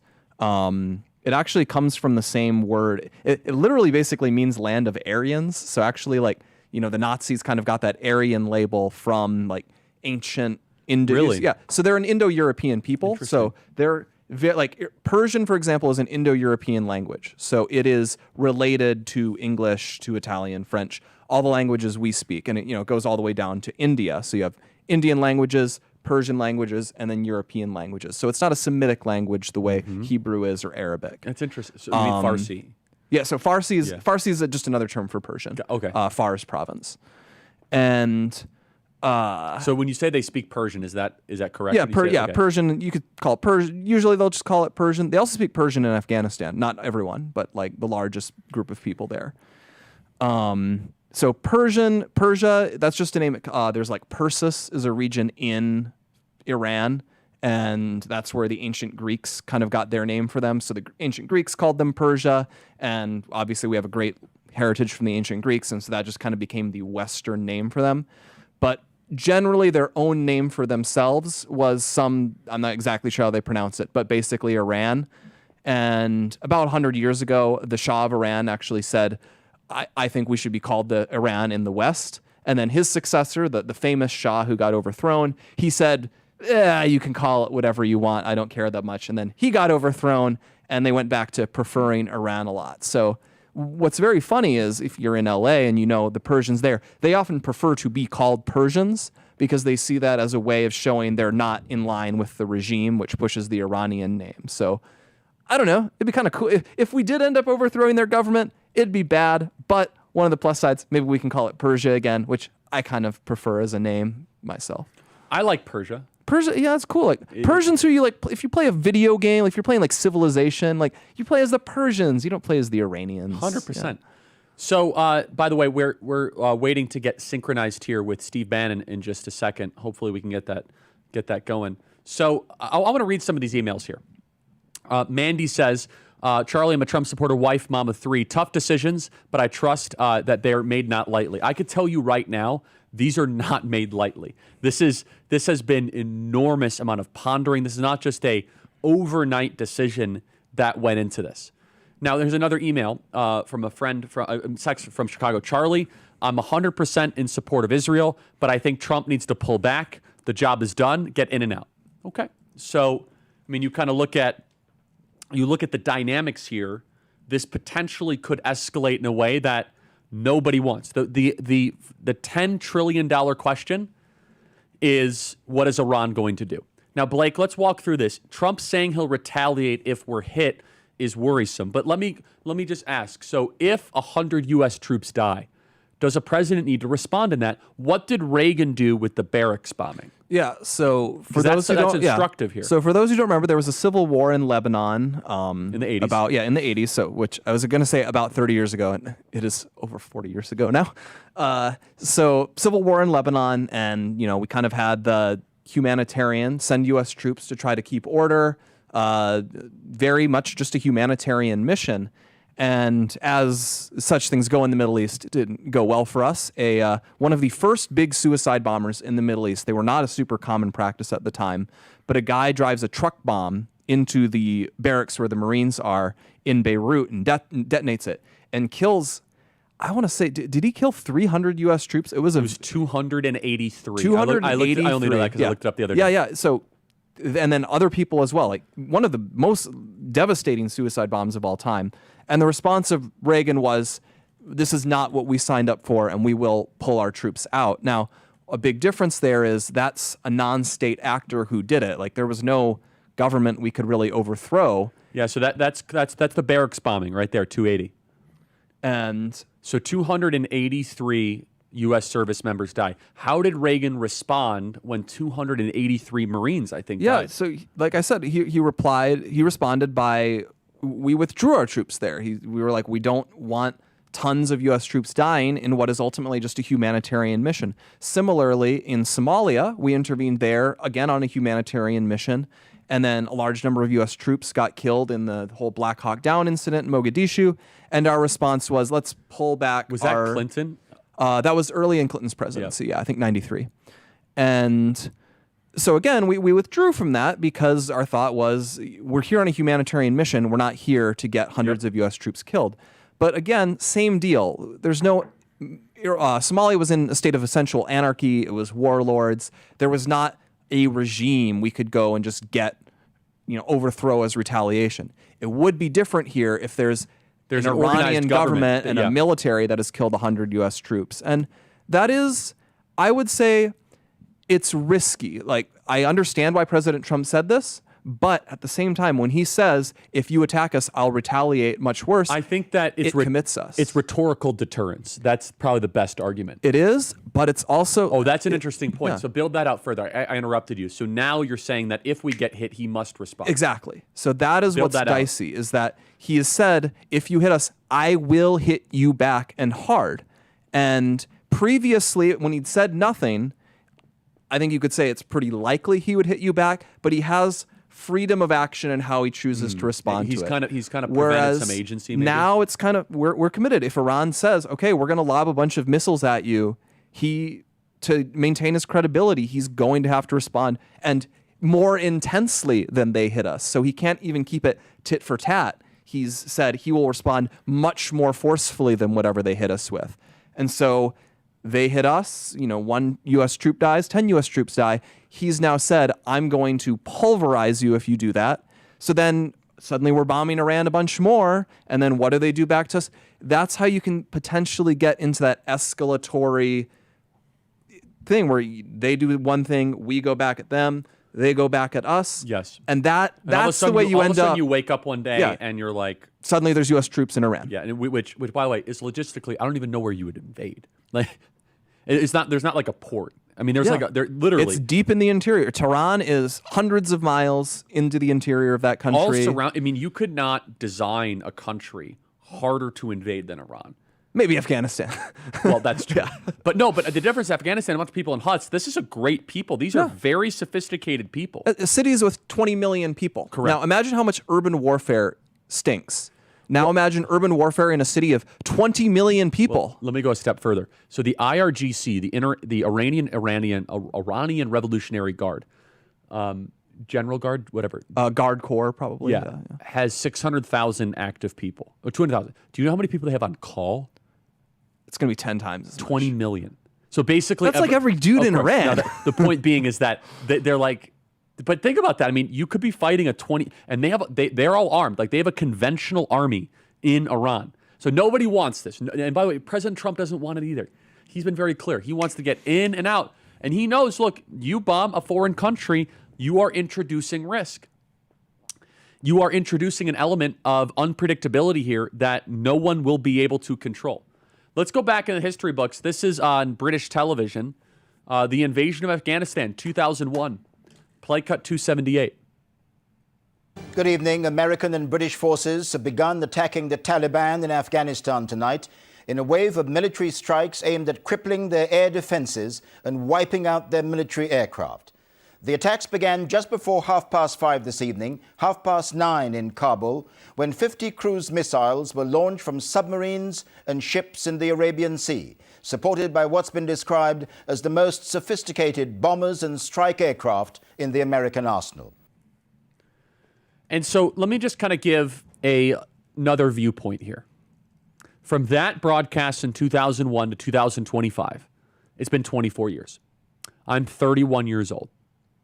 Basically, as a 31-year-old, almost all memory that I have of war has been quagmire, death, lies, and deception in that region. For those of you watching this right now, over the age of 50, you're like, how is it that so many young people can be skeptical? That's why. Because we turn the corner, there's just another conflict in this region that almost everybody in this audience will not join. They will not visit. They will not know where it is. And again, I'm not even saying that there is I'm not even taking a position on it. Trump did it. He's the commander-in-chief. We have to trust his judgment. He has earned our judgment. By the way, that is the biggest takeaway I'm getting from Trump supporters is cautionary approval. That's probably the best way I could summarize it. It's like, look, you're leading us into this. You've earned it. We got it. We have some concerns. Cautionary approval, I would say, is the consensus of the audience. I don't even have cautionary approval. I just say, President Trump has earned it. He's a friend of mine. He made a decision. Let's see what happens. And by the way, he has proven time and time again. It'd be one thing if all of a sudden he had 5, 6, 7, 8, 9 different iterations of messes. And he knows what he is doing. We're at 96 members here tonight. Tina, Kathleen, Dakota, thank you. Barry, Virginia, Michaela, Brian, Bobby, Gus, Stephen, Lauren, Barbara, Karen, members.charliekirk.com. That is members.charliekirk.com. Jack Posobiec is with us. Is that right? Or did Jack... I'm here, Charlie. I'm here. Jack, you left us to go on Bannon show. Now I'm trying to get Bannon on here. It's all a mess. So Jack, how do we go forward here to keep MAGA together in the midst of all this? Well, Charlie, look, there's obviously divided opinion on this, and I'd be remiss as calling balls and strikes if I didn't say that. But Charlie, let's remember that MAGA has always been a coalition focused on the domestic policy, the domestic agenda. What are even Kayleigh McEnany, who's someone who was massively in favor of these strikes all throughout the week, has said that the issue that President Trump polls highest on has consistently been the issue of mass deportations. And prior to that, these ICE raids that have been ramping up, I think 500% earlier in the week was a number that I had seen come out. A lot of the videos coming out of Los Angeles and other major cities. President Trump also putting out a major tweet saying that he would be focusing on major cities with these ICE raids. Look, you got to ramp up the domestic agenda, and I think that's something that brings everybody, people who were against this in the bases, people who were, potentially, Gen Z who was against this.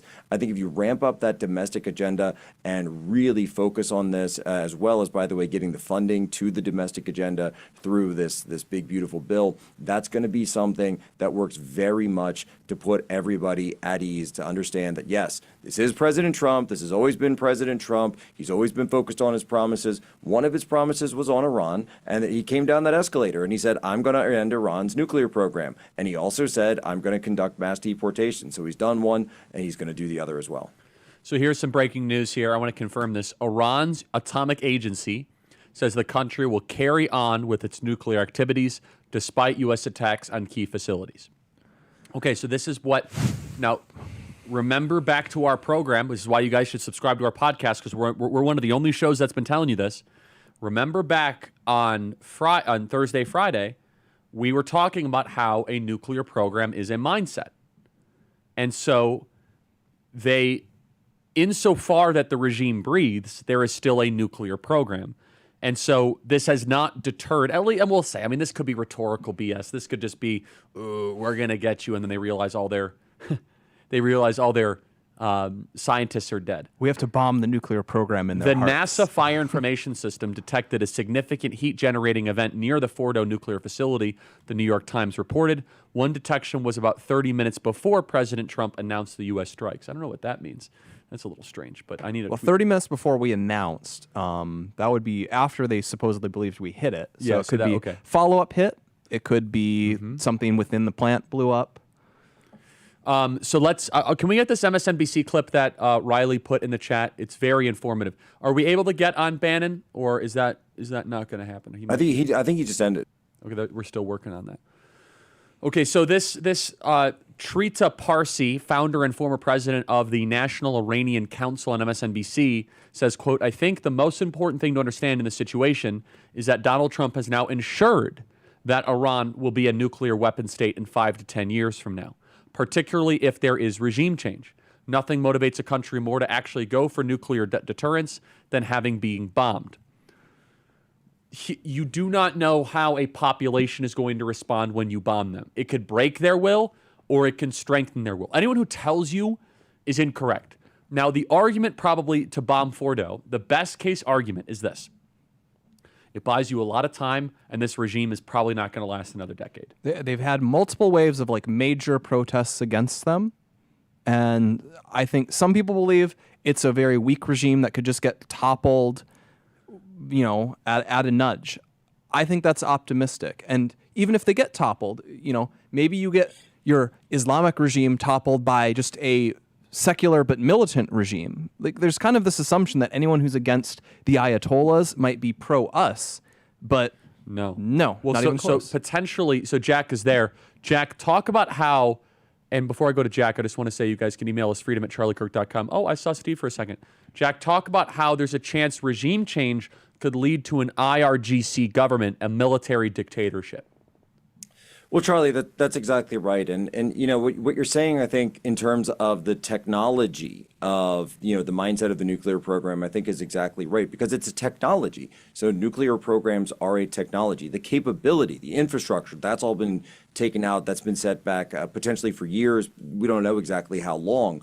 But getting rid of a technology is tricky because it is a technology. You would almost akin it to trying to get rid of Bitcoin, right? You could get rid of, a lot of the infrastructure for Bitcoin, but some of it would exist somewhere, and it could be reconstituted if that regime were still in power. And so there's another line here, too, that looking at these strikes, this is something that we saw in Iraq. This is something that we saw in Afghanistan. So let's just, total devil's advocate here. Let's say the regime falls. the Ayatollah is assassinated or he's overthrown and there's a power vacuum, one of those scenarios takes place, there's a real possibility that there is a power vacuum. There are multiple successors who claim to be the next Ayatollah, and yet perhaps, just perhaps, the military, the IRGC of Iran says we want to be in charge. They install their own supreme leader, someone who is completely outside of the current system, whatever you want to call the system in Iran right now, and basically creates a military dictatorship that is much, much, much more aggressive than the current leadership of Iran, works to launch their ballistic missiles, bomb the Straits of Hormuz, mine the Strait of Hormuz, go after merchant shipping, go after U.S. bases. All of these things are on the table. And by the way, all of these things have happened within this region in just the last 50 years. So this isn't like something that, that we're just shooting from the hip here. These are all things that have taken place within the Middle East, Central Asia region over the course of the last 50 years or so, and certainly in the post-World War II environment. Everybody, email us, freedom@charliekirk.com, and subscribe to our podcast. That is the Charlie Kirk Show podcast. You guys can go right here and subscribe. Blake, we might have to throw to Steve here, but can we win a war simply and solely just through air power? Yeah, so a friend of mine sent me a message that got me thinking. He said, thinking everything can be done with air power is a error we've been making since Korea. And it got me thinking about that because it's true. In Korea, we had the United States Air Force. It was one of the most powerful things ever. It was a lot of stuff we had from World War II. And we basically fought China to a draw, and China had essentially no planes. And yet it just ended up being a draw. We couldn't bomb our way through to winning that war. Vietnam, unlimited amounts of U.S. air power. You'll see that figure sometimes. We dropped more bombs on North Vietnam than we dropped on Germany and Japan in World War II. But we couldn't bomb that entire country into submission. Since then, our bombs have gotten a lot better. We have smart bombs. We can make sure whatever bomb we drop is going to hit its target. But the offset to this is they're more expensive. They take longer to make. We don't have the ability to just produce a million bombs really easily. And so what you get is, if you want to see the outcome, you can go look at Ukraine and Russia, for example. You can drop bombs. You can hit power lines. You can hit power plants. You can hit dams. You can hit tanks. You can hit infantry. You can hit missile launchers.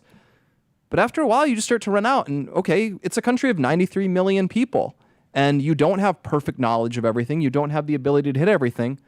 And after a while, you just have to admit, are you actually able to bomb this country until they surrender? Are you able to bomb them until their government gets overthrown? There's not a great track record on that. Even with like Saddam Hussein, we did shock and awe, but to knock him out of power, we had to send 150,000 troops into that country. Mm-hmm. And you're going to hear people who claim we can keep this entirely limited to an air war and achieve all of our objectives.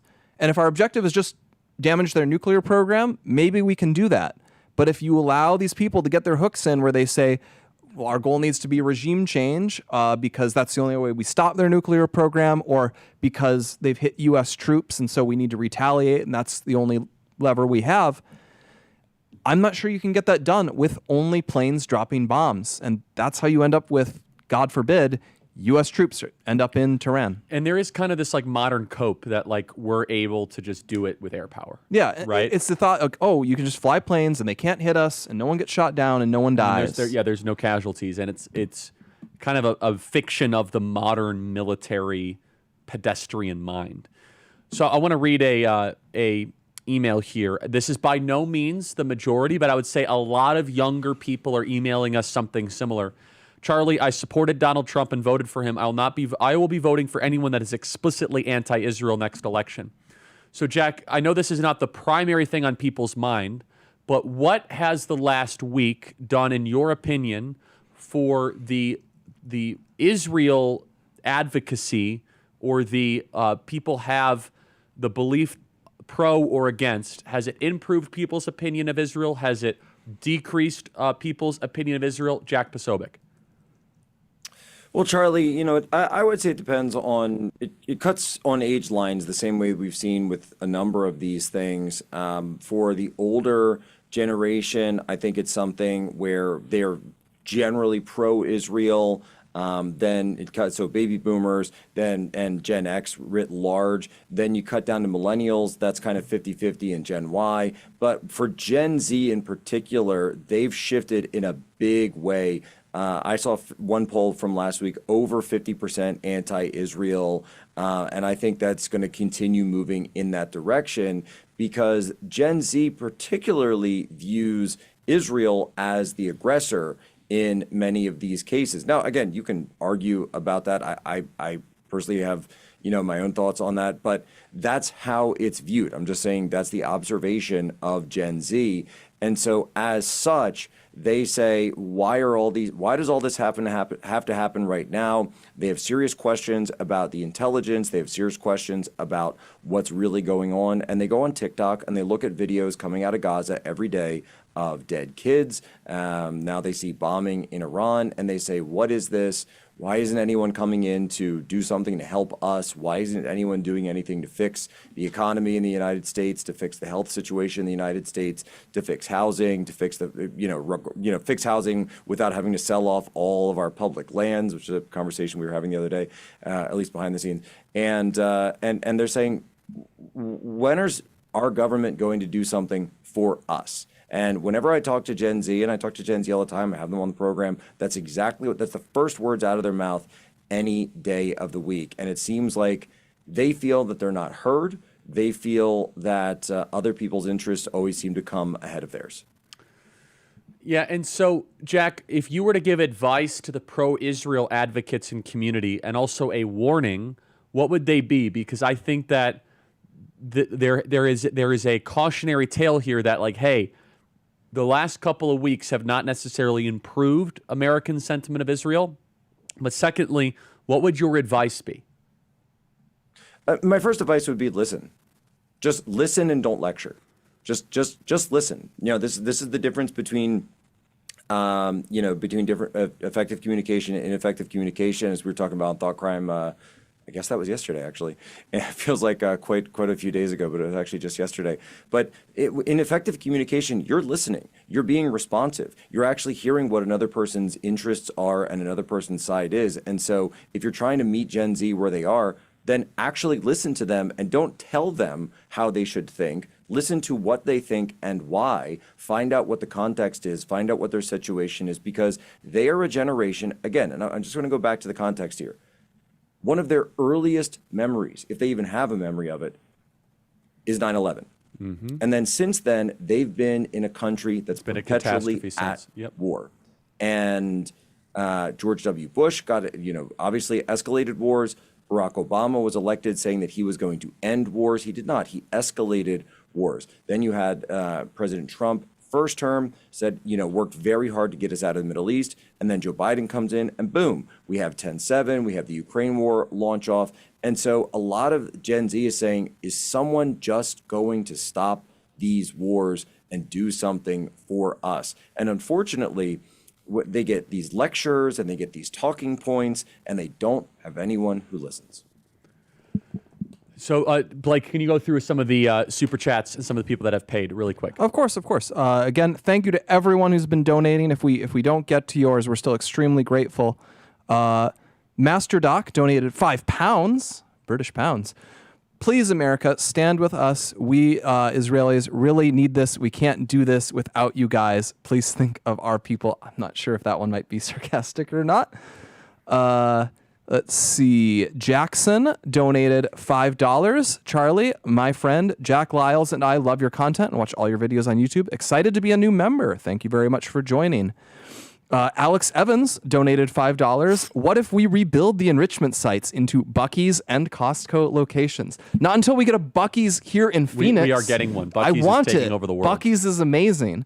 I feel like if you go to Buc-ee's, you come away thinking America can defeat everyone in the world, because no one else has anything like that. It is incredible.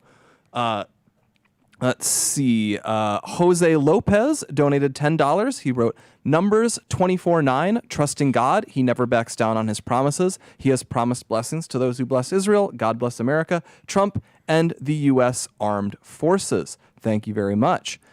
Noiselike donated $20. He said, "Is it possible that Trump might want to support Muslim soon? That would be good." No, I would disagree. I would prefer that we not support Islam. But if Islam wants to stop waging war on the United States, the radicals, I would certainly be grateful.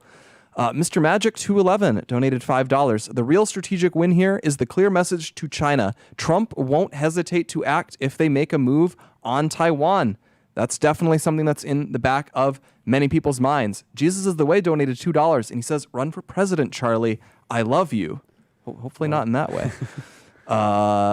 Mr. Darkside donated $20. Revelation 3:9. "Behold, I will." Oh, okay. No, we're not going to read that one. Guys, you don't need to do no, come on, guys. Let's see. I like this one. Eric Norris, $2. "I've seen more Iranians okay with this than Americans." I've seen people say this, but again, I want to caution people. Yep. The Iranians are not necessarily representative of Iran writ large. If they're people who know English, if they're people in America, that's not the same as your ordinary rural Iranian. So I wanted to say really quick, we're live here on Real America's Voice, according to our team, which is great. Hello, everybody that is just watching. You probably already heard the news from, obviously, the United States has bombed Iran. I want to hear from you guys, freedom@charliekirk.com. Do you support this? Are you in favor? What are your concerns? Email us, freedom@charliekirk.com. Also, special thank you to Rob and Parker Sig. Phenomenal guys, and what they're doing at Real America's Voice. They've been holding it down really great today, and sorry for all the technical issues. Sorry to cut you off there, Blake, but I do want to just introduce a question here.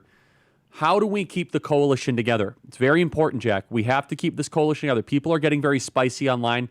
I have a prediction, and my Elon prediction I think is going to be turned out right. I think the prediction is by mid-July, this is going to be kind of a non-issue. We're going to be moving on. Jack, what now? This is a very important question, Jack.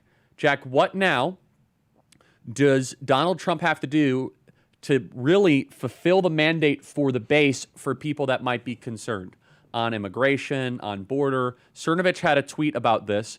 Jack, what needs to happen? Well, Charlie, look, and I read Cernovich's tweet as well, and we've all been pushing for it. We've all been pushing for it every single day. Stephen Miller champions it every single chance he gets anywhere near a microphone, 1 minute on, or even 1 second on mainstream media, and that is mass deport all the illegals that are in the United States right now. Make and fulfill the promise and the mandate that was sent to the American people regarding this question of the massive invasion crisis and the massive migrant crisis that is affecting the American people, the people who live within the confines of the United States of America, who face so many issues in terms of economics, jobs, wages, labor, housing, healthcare, etc., writ large. Not to mention security issues of having all of these transnational gangs operating throughout our country. By the way, not to mention potential even sleeper cells, and many people have pointed to this, and we'll see how true that is, and we'll probably find out very quickly if so, or hopefully Kash Patel and the boys over at FBI can make short work of them if that does come to fruition. But really politically speaking, what I'd love to see, and what I have loved seeing, is the ramp up of the ICE raids and these mass deportations, because the domestic agenda is really going to come into focus now for the MAGA coalition going forward between now and those critical midterms. The most important thing, it's called Project 10 Million. Jack, we need 10 million deportations in this first term. We have a million self-deportations.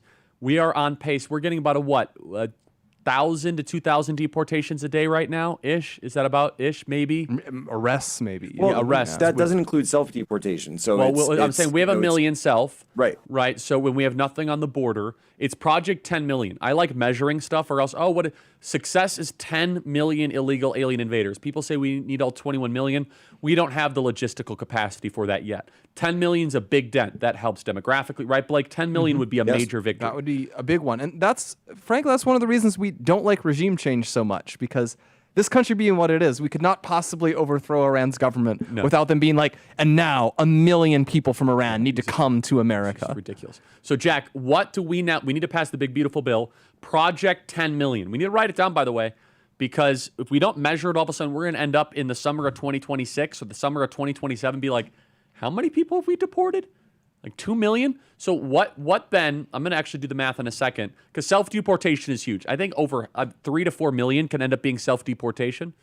But Jack, go through the list here. Education, spending cuts, tax cuts, dereg, economy, inflation, DEI. I mean, we have to pitch a perfect game because look, I support President Trump 100%. You do too. We're not no criticism, but some people in the chat and some people in the emails are getting pretty fired up, right? We have to pitch a perfect game here, Jack.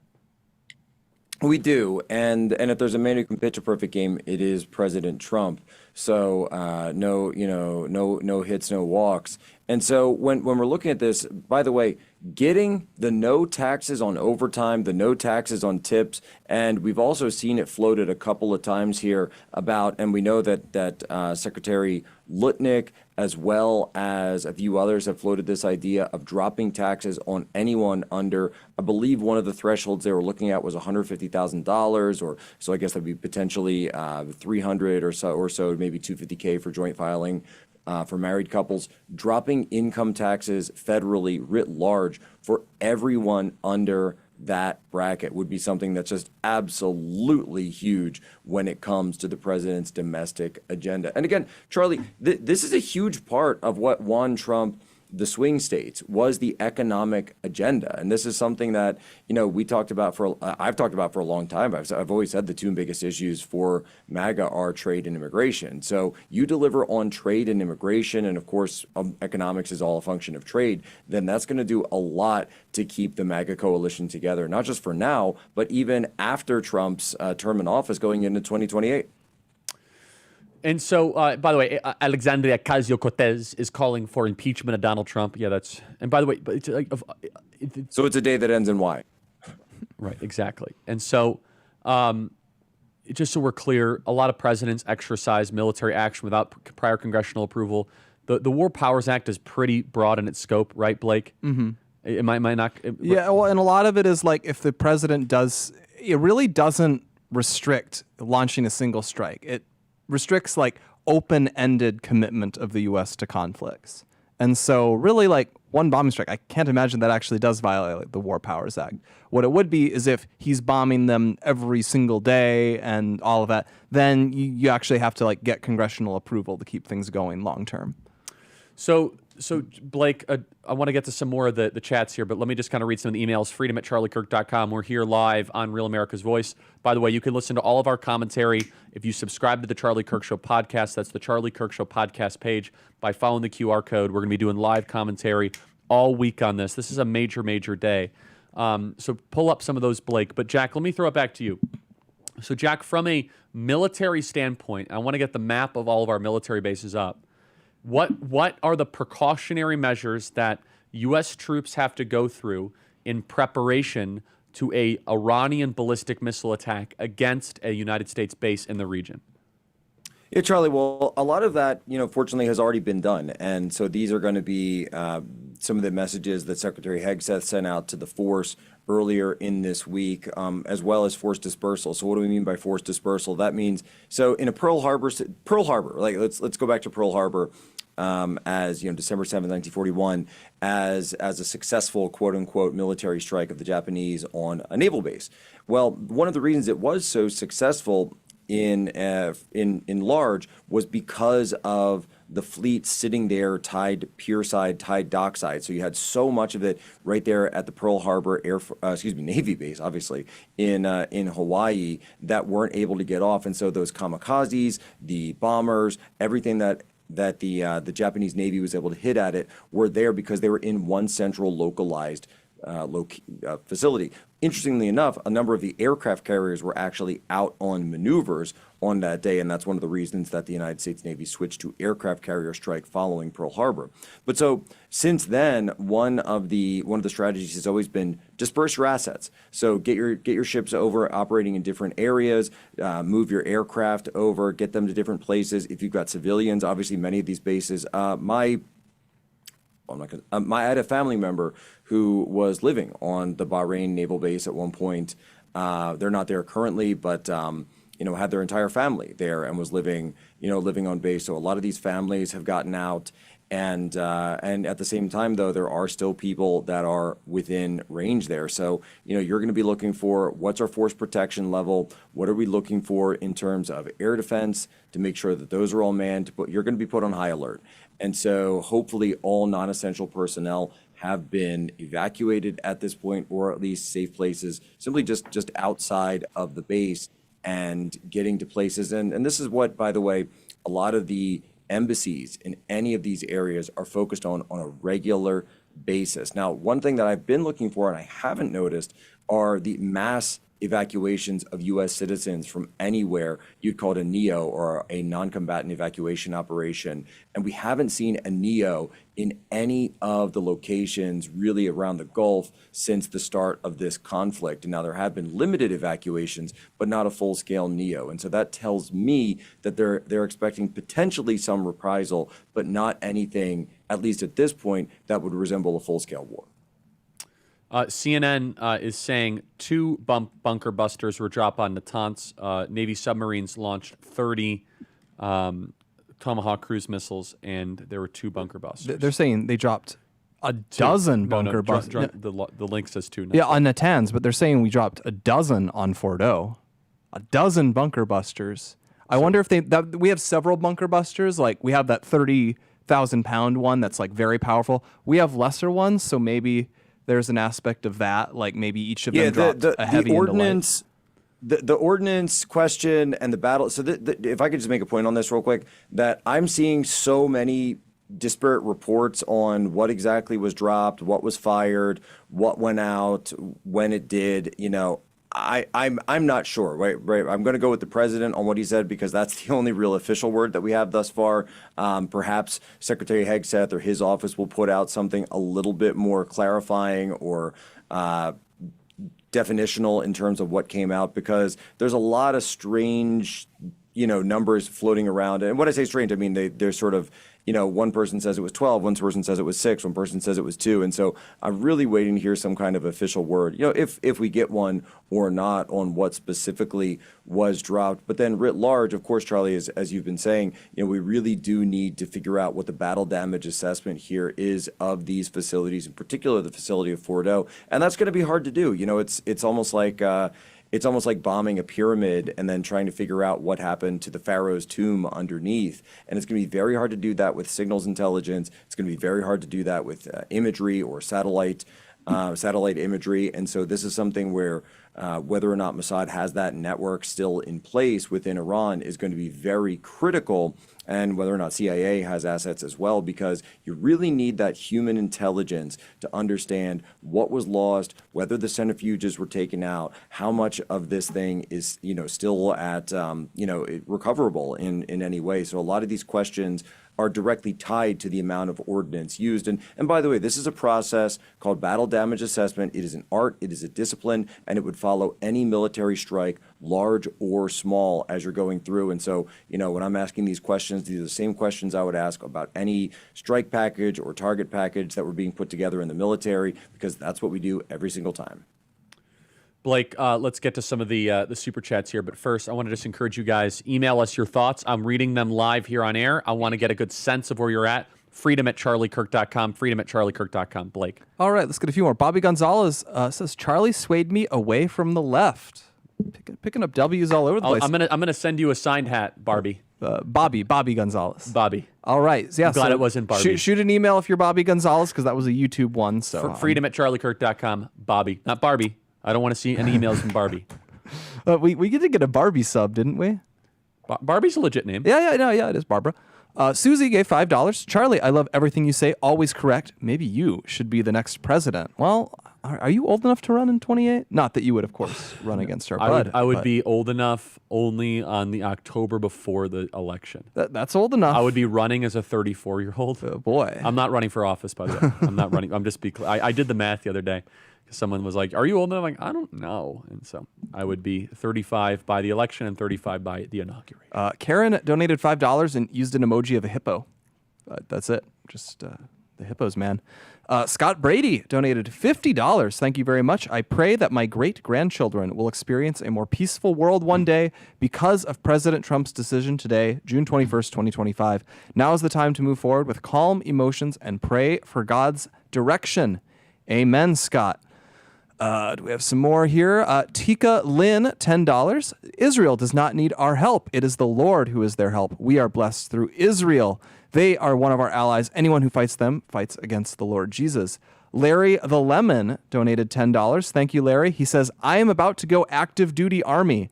I don't really care about me dying, but it is my friends and family I am worried about. Well, we care about you dying, and we will do our best to make sure that does not come to pass. Vivine, sorry if I said that incorrectly. She donated $31 Australian. Continue your consistent and courageous act of speaking honestly, even when it is difficult or sensitive. Peace on earth. Thank you very much, Vivine. Raquel Petri, Jesus lives forever. Amen. Do we have any others? Yes, we have a few. Let's see. Jason H. Hey, Charlie, I am going to serve in the military, and I am worried that I may fight in an endless, useless war. We are all worried about that. We do not want that to happen. Jackson asks, how many new members will get the signed hat? Does everyone who signs up as a member? Everyone as a member gets one. Members.charliekirk.com. And then if you also signed hat, also random selection of those that subscribe to our podcast, then email us proof of subscription. Ooh, I like this guy. Ben says, Charlie, come visit the Cyber City in Chongqing, China. You are going to want to see how much China has progressed infrastructure-wise while the Biden-Harris administration have made America lag behind. I think that would be a fun trip if we ever got Charlie to go to China and see what it looks like. Oh, I want to. No, I want. By the way, one day I want to go to Iran. I want to see it. Isfahan is, where we bomb one of those sites. Isfahan is like the kind of one of the religious centers of Iran. It's got some very fascinating stuff. I would love to see that too. Probably not anytime soon though. Adam donated $10. I would much rather we go this route and stop Iran from creating a nuclear bomb than see them erase Israel. Iran has a very evil ideology. Wait. Chat, yes or no? Should we send Blake to Iran? Guys, what do you think? You could be the Charlie Kirk Show ambassador. Oh dear. So Blake, you're gonna have to grow your beard out again. we have a ton of Rumble chats too, but let me just read one important email here: freedom@charliekirk.com, because there's reports that Iran now claims they're going to accelerate themselves towards a nuclear bomb. This could potentially be a series of bombing campaigns over months and years. That is the most bearish, dooming interpretation. If Iran just keeps on saying they want a nuclear bomb, this has to be a series of these types of campaigns. Blake, keep going. I want to hit those Rumble Reds. Colorado, one of the guys who brought up the Schofield Bible earlier, he says Schofield notes are still wrong. No, they might be, but thank you for acknowledging their notes. They act as if it's like the Book of Mormon, like a different book. Mm-hmm. It's not. It is the New King James Version with notes by Schofield. Just saying. Yuan 512 donated $10 on Rumble. Love President Trump. God bless America. Farm Life 2012 said Trump knew the MAGA movement's future would be hurt. He would not have taken this action if he didn't believe it was absolutely needed for the United States, not Israel's, safety. Thank you for that, Farm Life. Shoank says, as long as the Strait of Hormuz is not blocked, then let's negotiate. Fatal Investing donated $10. He says, I'm Gen Z here. Sorry, but this is a major blow for me. He struck I will support him and hope he continues with the agenda, but I will be abstaining from the 2026 and 2028 elections. I'm sorry. This has consequences, and I'm from Pennsylvania. So that is an interesting take to have. I'm impressed by the maturity to say I will see if this succeeds, but I just believe it has to have consequences, so I won't vote. I wonder how many people feel that way. It's the summer of 2025. If we're talking about this in the summer of June next year, then I'll give you some credence to that. Todd 12, he donated $5 twice. He says, what you're saying is screw the Iranian people and they should or can never be free again. I don't think we're saying screw the Iranian people. No, not at all, actually. We're actually cheering for the Iranian people. We just don't want to forcibly take out the Ayatollah, because you might get something much worse. And a lot of refugees. And And a civil war. Some people have said that though, and Charlie, I know you got that phone call and that's going pretty viral. And I want to be clear that I certainly don't feel that way towards the Iranian people at all. As a matter of fact, I don't think that they bear or any regime's people bear responsibility for its actions. I really don't. Of course not. No, I mean, like, yes, someone called into our show that the episode will air on Sunday, but it's the it's on podcast. Literally, like, a guy wanted to drop a neutron bomb on Iran. Neutron Like, bombs. it's crazy. We got our first Tucker 2028 message, Midwest Griller. So I wonder if we'll see that friction point grow or recede, because Tucker was. I think it's going to be fine. He was very correct on the Elon Musk prediction. He said that would get resolved by November, and it got resolved by the following week. Yeah, I was a little bit shorter. I was a bit long. Hey, but I was right. I said bye. Yeah. Yes. No. I'm saying you were super correct. You were given 6-month window, and you were right within a week. That was impressive. I was not nearly as optimistic on that one. Thank you very much again. All the donations, we appreciate all the different takes, and we're seeing this is I feel like one of the biggest ranges of opinion we've seen. We're seeing sharply against this. We're seeing sharply in favor. We're seeing a lot of wait and see, or I trust Trump even if I'm skeptical. We're really seeing the whole spectrum of opinions on this. Eric Day, $20. My wife and I support Trump. Thank you, Charlie and team, for all you do. In God we trust. And Amen. That's the truest thing. We put our trust in the Almighty that this will work out to his benefit and the benefit of those who follow him. SM said, Trump just fractured his base. He didn't have the margin to do this, and it will cost him. Get AIPAC influence chokehold out of the GOP. That's a podcast topic for another time. We're not going to address that tonight. Any others? More if I can give you. There's so many. Every time. Let me ask you. Let me ask to the audience. freedom@charliekirk.com, because I learned so much. By the way, you know how many emails we have? We have 4,000 emails in just the last 4,000 in just the last like 30 minutes. Yeah. I mean, and I have them all pulled up here, so I can kind of get it, because I can read the subject line. I can read a lot of this. So, guys, email me freedom@charliekirk.com. If this escalates further, would you support that, or do you want this to kind of be a one and done? Do you guys want this to be just kind of over? Or do you want this to kind of, would you be okay with this escalating more and more? Freedom@charliekirk.com. Jack, can you read some of the stuff you're messaging me? I don't know, just some of the stuff that Iran State News Agency says that Fordo facility did not notice any signs of a major explosion. This could just be cope. This could just be Iranian propaganda, but what is this? Yeah, no, Charlie. I mean, like we're all doing, we're trying to figure out exactly what's going on here. So, thanks to the internet, we have the ability to read both sides. And so I'm reading what the U.S. is putting out. I'm reading what Iranian sources are putting out, Israeli sources. And it seems like Iran is doing everything they can to downplay this.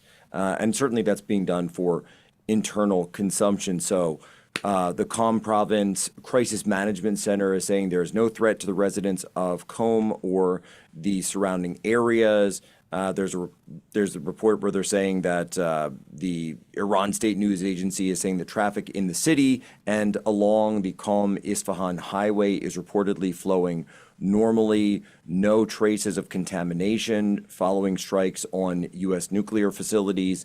And sort of back and forth, they're saying that, let's see. Okay, so this is Iranian MP says, there's no serious damage to Fordo, only ground structures were damaged, which are easy to restore. No radiation emissions were recorded. The evacuation was carried out in advance. And so they're really putting out as much as possible that saying, hey, there's no fire, there's no debris. So they're really doing as much as they can to downplay this. But at the same time, they're also publicly stating that they want to retaliate and that there will be serious retaliation against the U.S. People on Iranian television saying, you started it, we finish it, we're coming for all of your military bases, we're coming for all of your air bases. They're putting up the same maps that we are of all the U.S. military bases within range of Iranian forces. And just again and again, pretty much exactly what you would expect them to be saying right now. Let's go to cut 286, the CNN report here, 286. Here's the latest developments on this major breaking news that we're following. Breaking news in Iran. American bombers have struck 3, not 1, not 2, but 3 nuclear sites, major nuclear sites inside Iran. Those sites, Fordo, Isfahan, and Natanz. They're considered the heart of Iran's nuclear ambitions.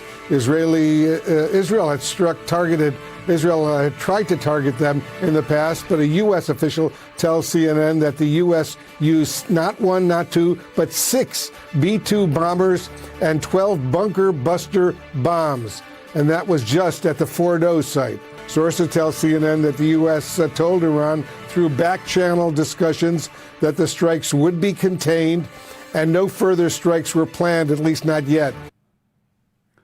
Okay, Israeli Army radio reports the U.S. did not attack the enrichment facility in Isfahan that Israel had attacked, but another site that was carved into a mountain where enriched material was hidden. So that actually makes me worry a little bit. Where it's good if they found a spot where material was hidden, but I feel like, okay, if there's one site where they were hiding stuff and we found it, how many are there where they're hiding things and we didn't find it? The Persian people are very smart. This is not the Taliban. This is not the Taliban, okay? The Persian people were once great people with very high IQs. Let me read to you from a top reporter who will remain nameless but very well sourced. By the way, just so you know, from this, the text I got at 4:20 a.m., which I didn't read because my phone was off, from a different source. Hey, I think it's happening tonight.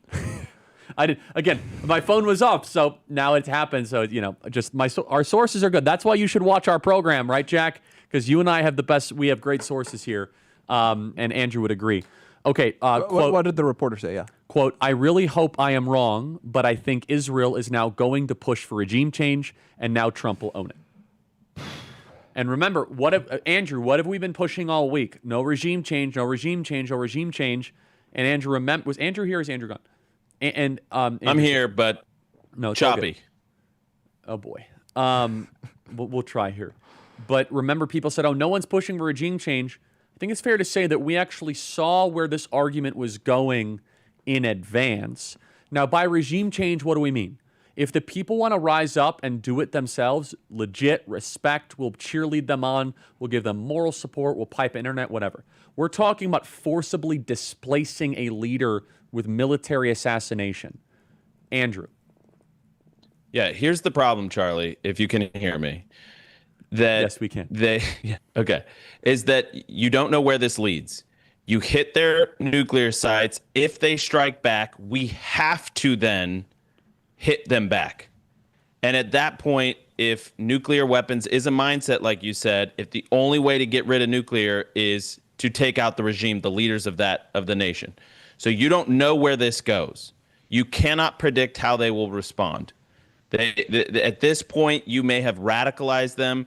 There was a mention that Polymarket, the odds of them trying now to develop an actual weapon has now gone up, because now they know that they are under siege, that we mean business, so they better meet force with force. And that's the big risk here. And that's why we've been against this the whole way. And by the way, Charlie, if you wouldn't have spoken up so loudly, some other voices like Jack, Bannon, Tucker saying, hey, no regime change, do you think these insane people in D.C. would have stepped back even an inch? No, they would have, it only would have gathered momentum if nobody would have pushed back. And so now that you've unleashed Pandora's box, there's no way to fully predict what's going to happen next. So, Blake, let me ask you a question. By the way, email us freedom@charliekirk.com and subscribe to our podcast at the Charlie Kirk Show podcast page. We're getting a lot of emails here.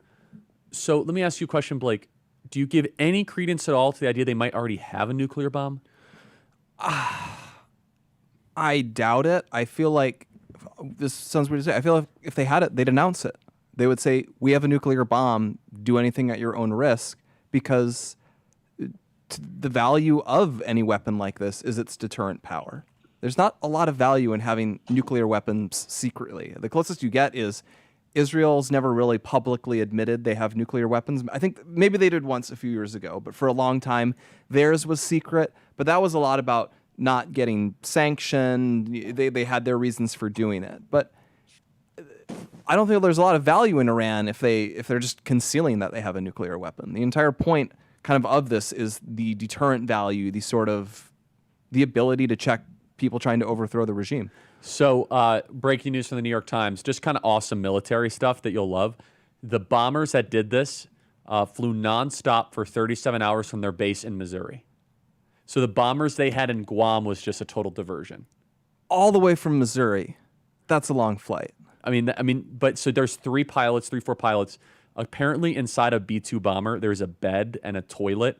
I was literally about to ask, do they have to wear a diaper or do they have? No, it's insane. Like, actually, yeah. I bet they take drugs though. They have to focus drugs, like Adderall equivalents. Like you have to. Or if they have Jack, like a team, Jack's our military guy. Jack, come on, they got to take something, right, for focus. There's go pills. There's things like that. I mean, I wouldn't say drugs, but there are certain. There's certain supplements that have been known to be taken. So it's very before funny. missions like Our this. Andrew knows this friend, our former Intel friend. I'll never forget this. And we were doing a book tour. This is right. Remember the COVID thing, Andrew? We did like the book tour with MAGA Doctrine. And he was like, "Hey, take this pill. I always take it whenever I land in country, and it really helps me focus." Remember, I took it. I did not sleep for 2 days. I remember I literally could not sleep. I was like, "What is going on?" Then I remember taking this pill. Jack, that stuff's insane. Like, So, Charlie, let me ask you it's this, though. unbelievable. So after you took the go pills, you were up for 2 days, but then what happened after? Did you crash right after those 2 days? Like wrecked. For like a whole day, you were just like out, right? I was done. Yes. Yeah, right. that's basically how they're designed. I have no idea what the science is on this, but it's like you're up for 2 days. You're just up, and you're not like crazy wired. It's not like drinking an energy drink or something like that, or like pre-workout where you're just like, oh, and I want to go. You're just it's awake. different. No. That's But then exactly right. You're then wired but afterwards, not you pay the tired. price. Wired but not afterwards tired. you pay the price. So like coffee and caffeine reduce your body's production of adenosine, where this does something totally different. This is like weird kind of focus. Anyway, it's very hard to explain. Didn't they give that to like the Nazi soldiers? They were all on. Oh no, they were Blake. What were the Nazis on? They were on all sorts. Oh yeah, of I think they had some sort of, they had either amphetamines or even maybe meth. Like I can't remember the exact specifics. But They were yeah, up for like 3 days straight. Yeah. They would take stimulants for big operations. I'm reading now. In addition to the bed and toilet, they also have a microwave, and the plane is heavily automated, so one guy can Imagine if go. like the operation got screwed up because of a hot pocket. like he bites into it and it's too hot and No, the microwave like blows up. Mr. President, we were not able to bomb Bordeaux tonight. Why? Well, sir, somebody decided to keep the hot pocket in the microwave for too long. It made him yank on the controls, and they went into a tailspin and crashed. There's only 21 of these bombers in existence. That's a little surprising to me. I thought there'd be more, but They're $2 billion a piece. I don't think any other country has a similar type technology. Does Russia do? I think they have something, but other countries are getting more stealth aircraft. I don't know if they have stealth strategic bombers. You get stealth fighters for sure. I don't know if anyone has a big bomber like we do. I mean, it is a pretty incredible aircraft. It's something. And they used it in Serbia, Yugoslavia, I think, back in the 90s. And it's a lot of our UFO sightings from the 70s and 80s are apparently from when we were testing it. Is that right? Yeah. That's funny. Email us, freedom@charliekirk.com. The wingspan is 172 feet. 172 feet, just to put that in perspective. It's incredible. Okay, we're going to wrap this in a second, but I do want to... Do we have more super chats we have to read? Let's see. Andrew's Ryan, send them gone. to me if we've got them. I'm going to read this tweet that I wrote because I liked it, because I tweeted it. And I think it's important. Let me read this for everyone on air because I like the way I worded it. It's right here. Okay. In times like this, I find a lot of people say stuff they'll end up regretting. Hyper-emotionality should be dismissed. Rejoicing because we dropped a bomb should be met with humility. Dooming should be met with cautionary optimism. The world is not over. Our best days are ahead. What? Someone just asked if our white blue U.S. flag is Epstein inspired. No. People, guys. Did they pay for that? Yeah, they paid $20 for that. All right, your loss, our gain. Yeah. Thanks for making us laugh. Yeah, all right. I will literally take those $20 and buy everyone pizza. Excellent. Not everyone is so deranged. LLove78 says, God bless President Trump, our country, and our armed forces. I trust and support Trump. Thank you, Charlie, for all you do. In Jesus, I trust. We have Karen's 2121 says, this was never about a nuke. It was always about installing a friendly regime, Saddam 2.0. Shoanek has sent us several messages, donations over the course of the night. So thank you. I think he's over $50 at this point. He says, if this escalates further, they need to get hit a heck of a lot harder. We asked if you would support it if it was escalated. And he says, FAFO, no nuke. So that's one vote for going as far as we need to. Let's see. Hein 115 says, God bless America for standing with Israel in fulfilling God's plan and promises of salvation. Charles Ambergy says, my name is also Charlie. I've been going to Trump rallies since I was 17. You have been a huge inspiration. All I want is a Charlie Kirk signed hat. Thank you for everything. So I guess he should send an email to freedom@charliekirk to get that hat. Or sign up as a member. That's the other way to do it. Sean Porter, $99, $100. Thank you very much, Sean. I would love to see this work out. I have my reservations about it. I voted for Trump the first time this last election as an 18-year-old, but I voted for peace. I hope that happens. Glad to be a new member. Cole and others have asked, how do you think Iran will retaliate? I don't know. We don't know. We don't know. We will just, sadly, we're in that part where we have to wait and see. The ball is in their court right now. Landon donated $20. He says, I am mixed, but I have full support for Trump. I am 23. I voted for Biden back in 2020. But you, Charlie, and my family convinced me to go MAGA, #Vance 2028. Another, I can't see what theirs was, but they said, what if this attack cements Israel as a regional power in the Middle East? Would this help the U.S. size down our own footprint in the region? Perhaps the Abraham Accord countries could take up responsibility for regional security. He is an age 39 Fallujah veteran. I think that would be the best case outcome would be if we could step away from the Middle East because we have allies who are ready to step forward. That would be great. Like if Saudi Arabia, Saudi and the UAE need to start militarizing. Yeah, they should militarize. And if they sign the Abraham Accords, that would be great. I think UAE already did, correct? Mm-hmm. But Saudis haven't. That's all complicated. I think they would like to, but there's issues. They couldn't do it while there's still a war in Gaza because they have some nominal support there. It's complicated, but none of the Sunni countries in the Gulf are like eager to flip out over a Shia government that hates them getting hit. That's one of those internal Islamic disputes.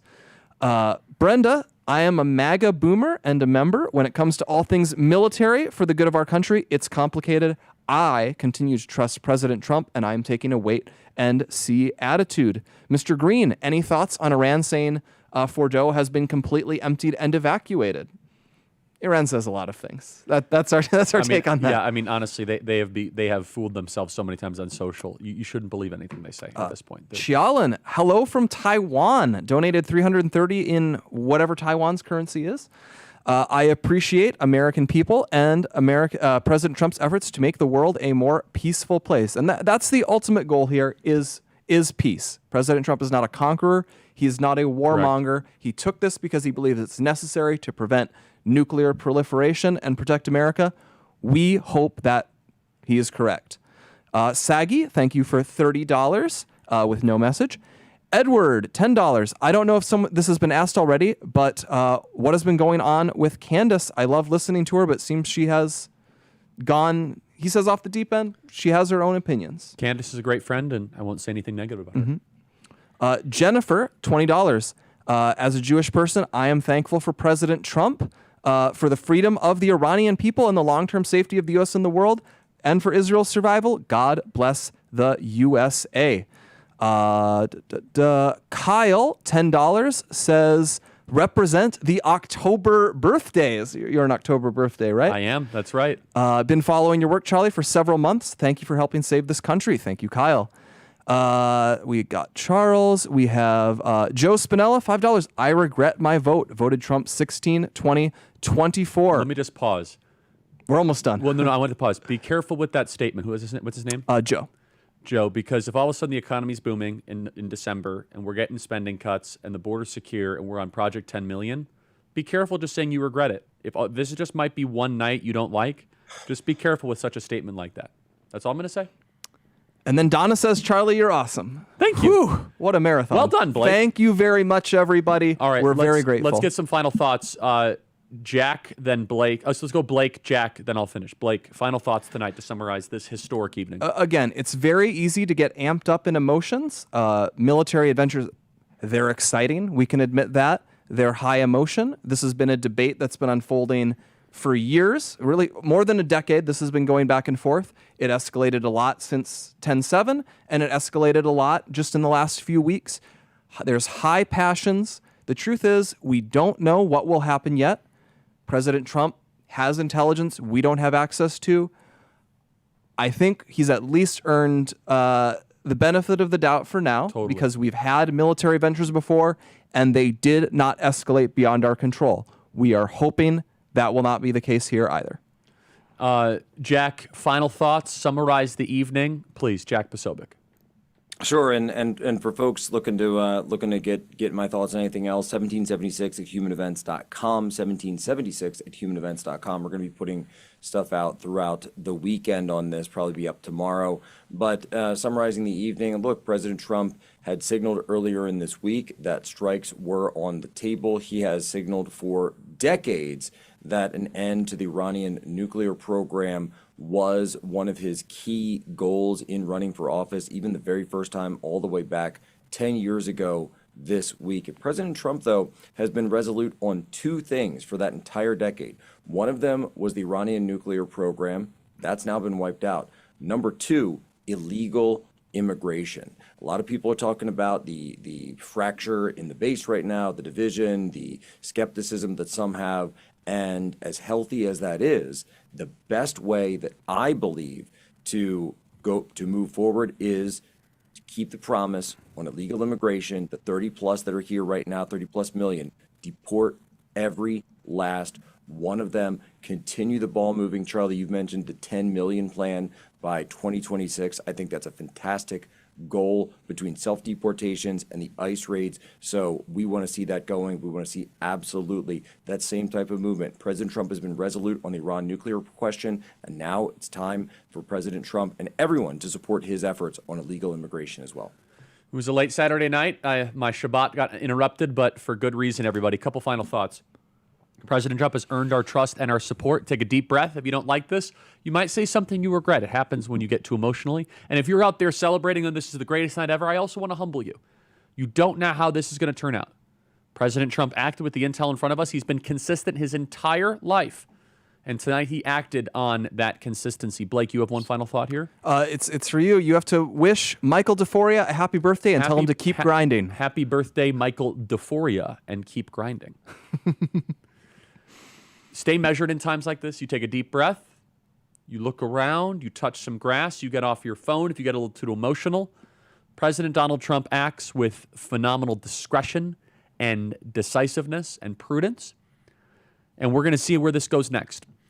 If you guys want one of these beautiful hats signed, you guys can get in the running to get one. If you subscribe to the Charlie Kirk Show podcast and email me proof of subscription, freedom@charliekirk.com, or you can guaranteed and get one if you become a member, members.charliekirk.com.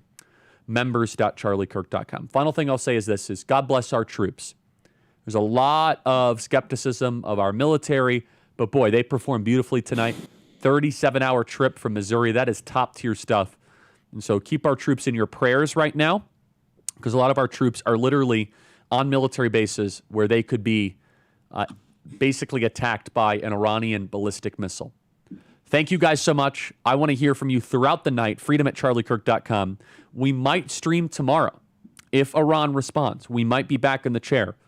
And I hope not. I hope I will see you Monday. So in the meantime, subscribe to our podcast. Thank you to the studio team for dropping your Saturday plans and coming in. It means a lot. God bless you guys. God bless our troops. We'll see you soon.